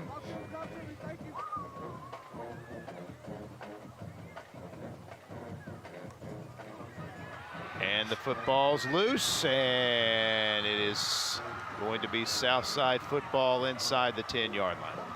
I tried to run the toss. First time we've seen it tonight. And I think the toss itself was a little bit low. And you know, the thing that you always worry about, no, toss is right there, right in. That's on the back. But the thing I always disliked about that is that ball carrier's got to take his eyes off of where he's trying to run and look at the ball. If he tries to look at the defense as he's catching the ball, that's the result sometimes. And I think that's probably exactly what happened right there. I always liked handing that ball off better than tossing it. You know, Southside won this game 31-0 last year. It looked like we weren't going to have anything like that for most of this game, but I tell you, it's about what it's turning into here. Is Southside got a chance to tack on to their lead again. And I see another. Got a flag, and this is in the, or is that just a spot on the field? Looks like inquiring minds are trying to figure it out.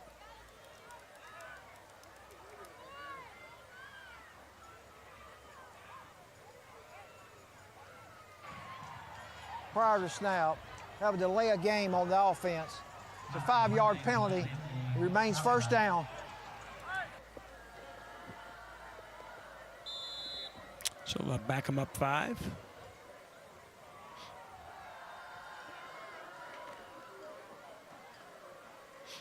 Roberts in for the Harveys on Noble touchdown. That's how the game started, was a Cody Roberts touchdown over left tackle. And he gets another one here. Yeah, play was designed to hit between the left guard and tackle. There's really nothing there. Good inside penetration.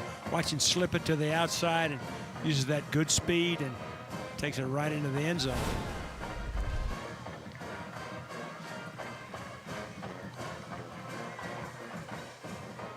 There'll be some happy faces on that side of the field tonight as their guys have overcome themselves to a large extent and have really put up an impressive margin to this point.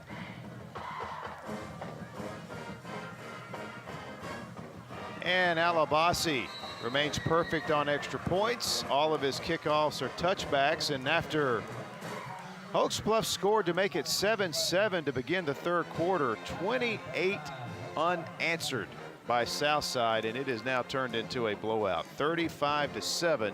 Still 6:37 to play in the fourth. Pretty good night for that young man right there. He's done it all on the ground and catching the football. I'd like to thank our friends at AmFirst with locations all across the state of Alabama for their sponsorship of Thursday Night Lights and the AHSAA Thursday Night Game of the Week. And it is all Southside right now. Smiles on the Panther sideline. There is nothing like winning. Unfortunately, there's nothing like losing either. And that's just the way that it is.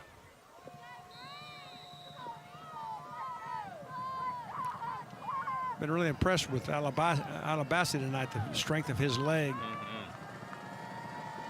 And a Sarah kickoff coming your way, and another touchback. Fine night for that young man.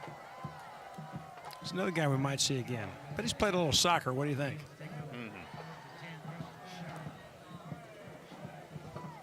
They got that part of the game squared away. Yes.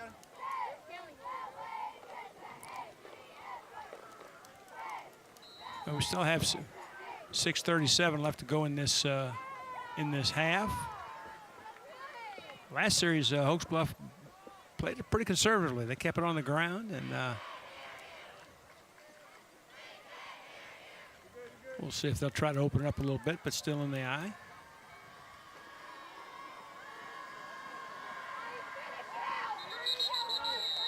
And a running play again, stuffed behind the line of scrimmage. Yeah, that's that penetration again by Evan McDonald. We've seen that several times tonight. He just takes the gap to his right, and Hokes Bluff has had no answer for that tonight.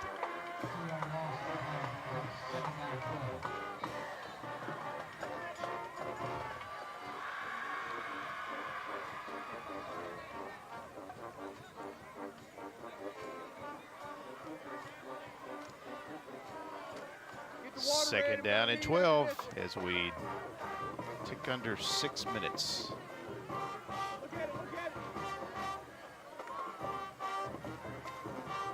Masters with the give to the fullback, Leighton Horn, and maybe a yard of forward progress. It'll set up 3rd and long, and that's going to take us to our final heat timeout at 5:44 to play.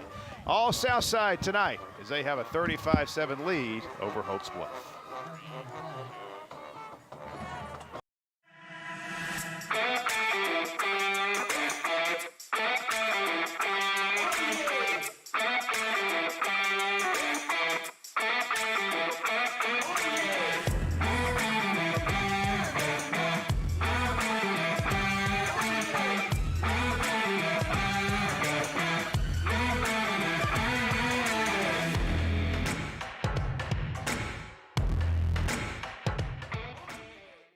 Are you ready for some football? Then WOTM is the place for you. On Thursday nights at 7 p.m., veteran broadcaster Mickey Shadrick and former high school state champion and collegiate national champion Coach Rick Rhodes bring you live coverage of the AHSAA TV Network Game of the Week, presented by AmFirst. Friday nights at 7 p.m., it's the TV24 Game of the Week, presented by Sunny King 4. And the action continues Saturday mornings at 9 a.m. with an encore presentation. Drummond's Company, Friday Night Rivals Game of the Week, right here on WOTM. Plenty to cheer about tonight if you are a Southside fan, as the Panthers have come into Mike Robertson Stadium and have broken up open a close game with 28 unanswered points here in the second half with a 35-7 lead. And we resume play a 3rd and 12 for Hokes Bluff and keep it on the ground. This is Noah Sprayberry, who has had a really solid game tonight. Yeah, he's been a real bright spot for the Eagles. Several really good runs. I don't know how many yards he has tonight, but I bet he's close to 100 yards. He's taking some punishment, too. You know, that ball will draw a crowd.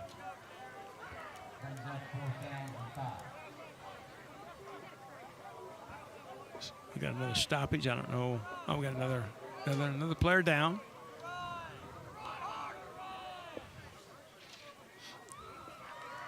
It's like another cramp.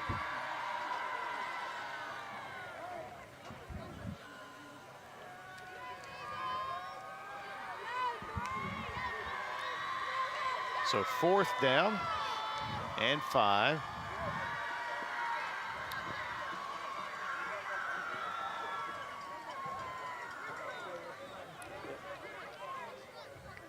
Frustrating night on that sideline, for sure. We'll watch the snap here. We were here a moment ago, and the high snap resulted in a Southside touchdown.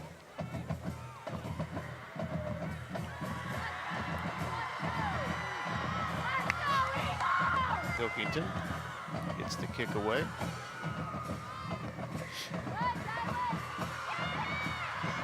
Mrs. Garrett takes a shot at the 45-yard line. Nice coverage by Weston Day of Hokes Bluff.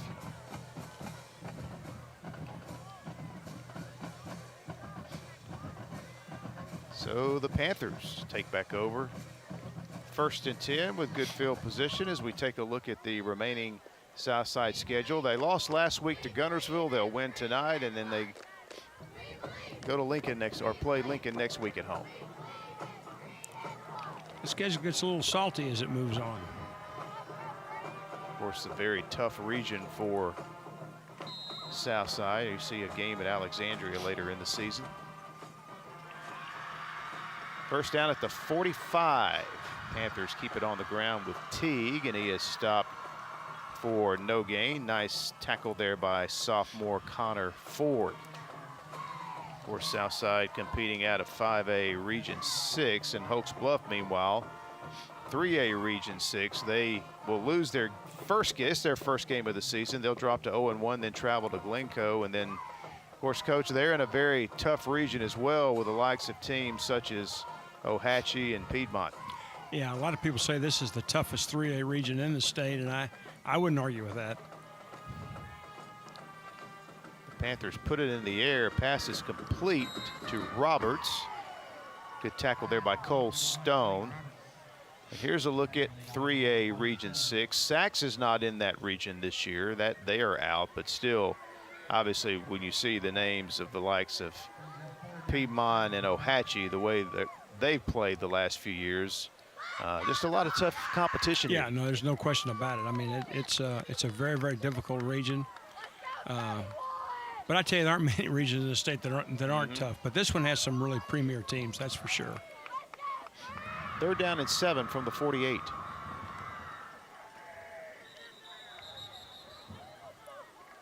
And a penalty. 5A Region 6, we were speaking of that a moment ago. Southside joining the likes of Alexandria. We have a false start on the offense. And Leeds and Lincoln, Moody. A lot of talent on that team this year, and St. Clair County, Springville as well. Yeah, you know, tough region as well. I mean, neither team's going to get bored this year, that's for sure. It's be very, very difficult schedule week in and week out. Another penalty on Southside makes it 3rd down and 12. They got to be closing in on 20. And maybe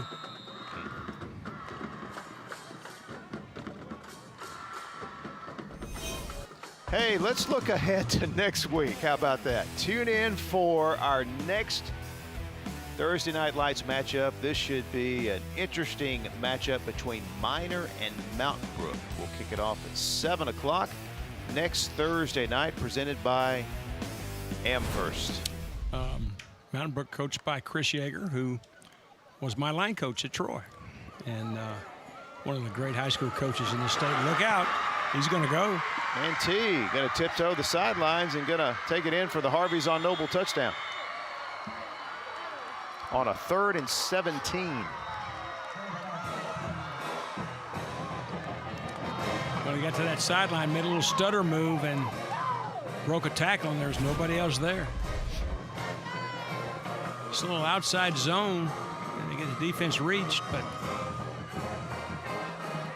really not much of a tackle on the sideline right there. Just kind of an attempt to shove out of bounds, and that's not going to get it done. And well blocked, good hard running, and the result is another Southside touchdown.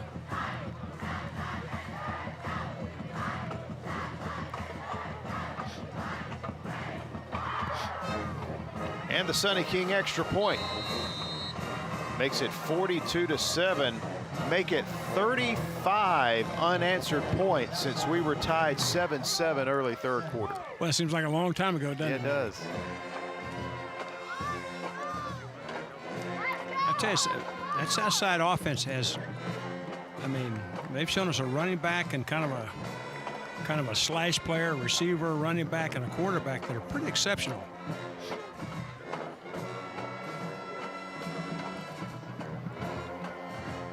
All right, Coach, before the game, a special ceremony on the field here at Mike Robertson Stadium. Yeah, it really was. Former player coach H.K. Cootie Reeves had his jersey number 75 retired tonight. And, of course, that's just a special deal. Again, lifelong contributor to this program. No telling how many lives that he has touched. His whole family was there. Friends were there. Just a huge outpouring for him. And I believe that is his jersey right there. And you see the sentiment this community has for him. And what a great gesture by the Hokes Bluff Athletic Department to put this together. And we just want to congratulate Coach Reeves on the impact he's had on so many lives. And the Sarah Automotive kickoff is another touchback. This guy is automatic, isn't he? Yeah, I mean, he's pretty special now. Well, 42-7, 3:05 left. I mean, I think what you'd like to do is get out of here and get ready to try to get the ship righted. It's, this second half has certainly been something very forgettable if you're a Hokes Bluff fan, and I think they'd like to be able to turn the page as quickly as they can and get this one out of the way.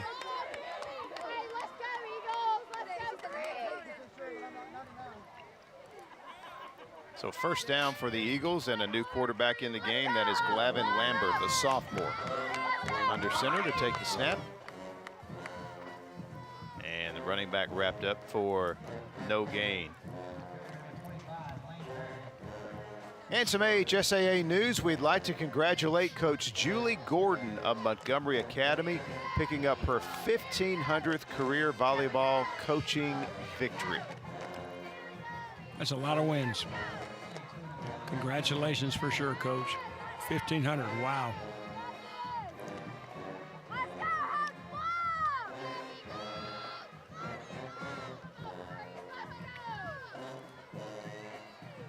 So second down and 8. Lambert hands off again. This is Blaine Barron, the sophomore running back in the game. Of course, obviously have down the line players for both teams on the field. There you see number 57, Tanner Berger. We understand he has family watching on YouTube TV tonight from Alaska, Anchorage, Alaska. So we want to give a shout out to Tanner Berger's family. Good to have you. I bet it's warmer here than it is there. Third down and 5. And Barron wrapped up again. It's not much Much work in here for this Hokes Bluff offense in the fourth quarter. You ever been to Alaska? You ever been to Alaska? No, I have not. I have not either. Our neighbors just got back from there. They say it is a beautiful, beautiful place, which we've heard a lot, obviously, but it's good to have his family watching from up north.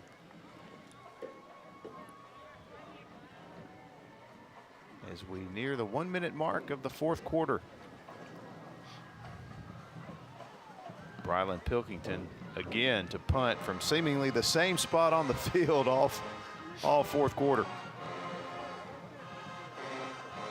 Southside defense has really turned it up here in the second half, and there's the fair catch by Roberts. And the Panthers will come back out and just look to snap it a couple of times and put a wrap on this one. You know, I really think that's been the story of this game and really the second half. I mean, Hokes Bluff was able to mount some drives in the first half and really, you know, got down within scoring territory twice in the first half. But in the second half, after the touchdown pass, they haven't been able to do anything. The Southside defense has completely shut them down and made it very frustrating for that very, very well-respected coach and his team. But there'll be another day. See Southside getting everybody's favorite offensive formation.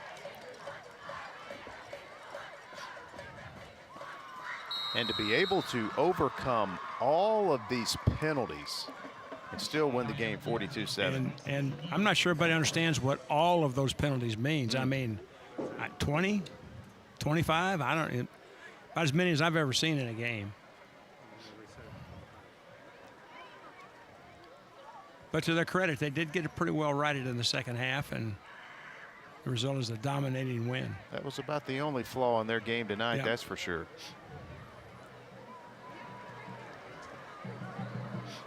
So it looks as though they won't have to snap it again. And the final seconds will tick away here. And Southside is going to win big on the road tonight here in Hokes Bluff with a final score of 42-7. Back, put a wrap on things in just a moment.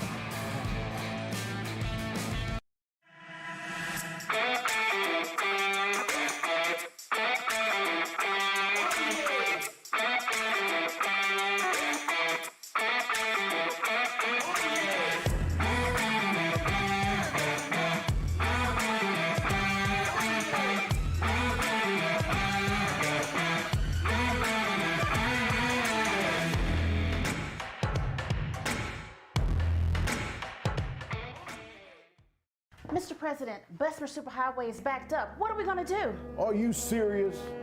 Get me the King Boys. King Boys Towing is the fastest growing tow and recovery company in Birmingham and surrounding areas for one reason. Our customers are our top priority. Whether your car has been in an accident, is stuck in the driveway and won't start, or you just need a tow to your preferred repair shop, give us a call. Our fleet of flatbed tow trucks will provide courteous and fast service. King Boys Towing, 205-428-3235. Are you an enthusiastic sports fan? Want to have fun and get in on the action? Heck, yes. That'd be awesome. Have great attention to detail? Want to stay active? Definitely. Want to give back to the student athletes in your community? Obviously, yes. Then you'd make an excellent high school sports official. We need more officials in Alabama, because with no high school officials, there are no high school sports. Sign up today at highschoolofficials.com. You know, Tony, it's almost that time of year again. Well, we already know the outcome. Roll Tide. No, not that game. I'm talking about scoring the #1 truck in America for the last 45 years, the Ford F-150. Right now, you can order a new 2023 Ford F-150 at Sunny King Ford with absolutely no deposit. Choose the features you need and the extras you want. Only at Sunny King Ford. That's right, Sunny King Ford, on the sunny side of the street, Anniston, Oxford. Now that's a catch.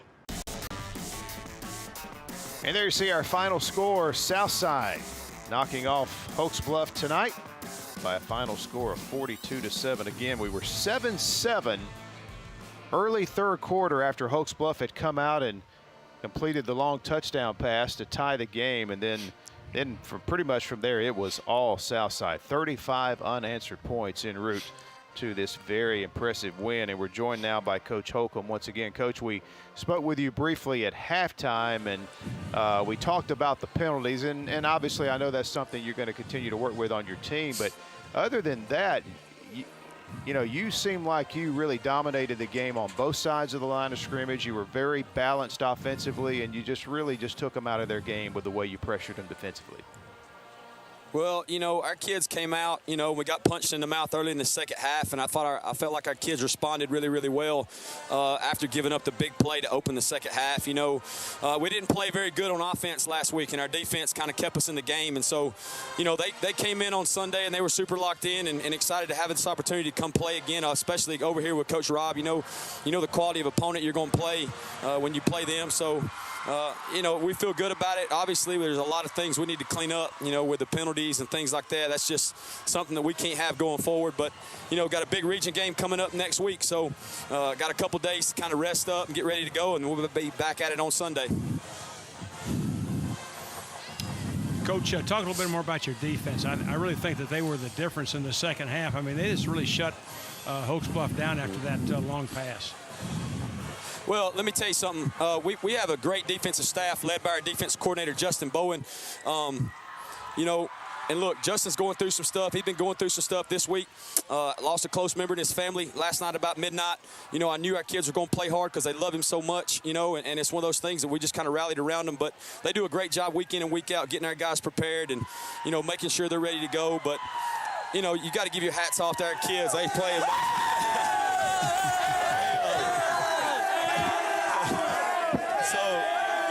These guys right here, man, they mean the world to me.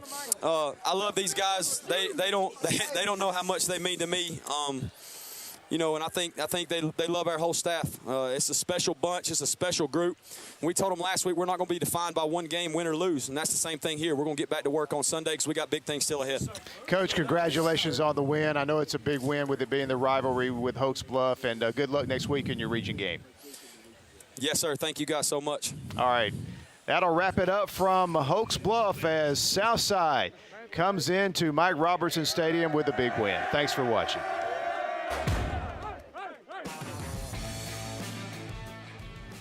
Break, and when we come back, we'll meet back with